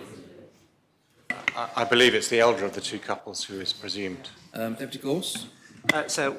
I'm grateful for the Attorney General's answer to Deputy Tadier's question about liability, but is it not the case that in order to ensure compliance, an individual would need to be liable for the submission and also liable for any debts due? It's either a natural individual or a corporation. Well, here we are dealing with natural persons, not corporations. So yes, there are offences in the income tax law for failure to file tax returns and for submitting a false return. So that there must be a liability. Yes, I agree with the Minister. Deputy Farnham? So I was simply going to state, sir, that this proposition seeks to ask the states to change legislation to ensure there is a proper, equitable joint return, whether that has joint and several liability or proportional liability is up to the legislation to provide. As discussed, sir, but there are countries, sir. Do you have a question for the attorney? Yes, I do, sir. There are countries that offer joint returns, sir, or joint assessments, yes, sir, that are a party to the CEDAW legislation. It appears that, that they have managed to do it, sir. So surely, I think the Attorney General will need to deliberate overnight. But this whole, I think, proposition depends upon. I'm not giving way, sir. This is a speech, sir. Depends upon, sir, his advice on whether we can have a true joint tax return or joint assessment, sir, without breaching the CEDAW convention. Deputy Balash, do you have a question for the attorney? I know it's your turn to make a speech, but do you have a question in the first instance? May I just ask something of the Attorney General? Yes, of course. So it's always difficult for an Attorney General faced with complicated questions on the floor of the Assembly to be expected to give a considered response in an extempore way. And I wonder if I could express my question in a slightly different way to the Attorney General and ask him to reflect overnight and give a considered response to the Assembly tomorrow morning. The question which I tried to put, perhaps rather inadequately, related to the draft legislation, which has been lodged by the Treasury Minister, which introduces, as a matter of law, the principle of independent taxation. And as a corollary to that, there is a schedule, Schedule 7, which allows people to elect for joint taxation if they wish to do so. And at the moment, sir, but perhaps the attorney would explain to me if I've got this wrong, I find it really quite difficult to understand how giving a woman a right to elect to be taxed jointly with her husband can amount to discrimination under the Convention Against Discrimination. And I'd be most grateful if the attorney would consider that in the context of the legislation which has been lodged and which we will debate in due course. Sir, may I propose the adjournment? Adjournment is proposed. Anyone wish to speak on the proposed adjournments? No? Accordingly, the Assembly will adjourn until tomorrow at 9:30.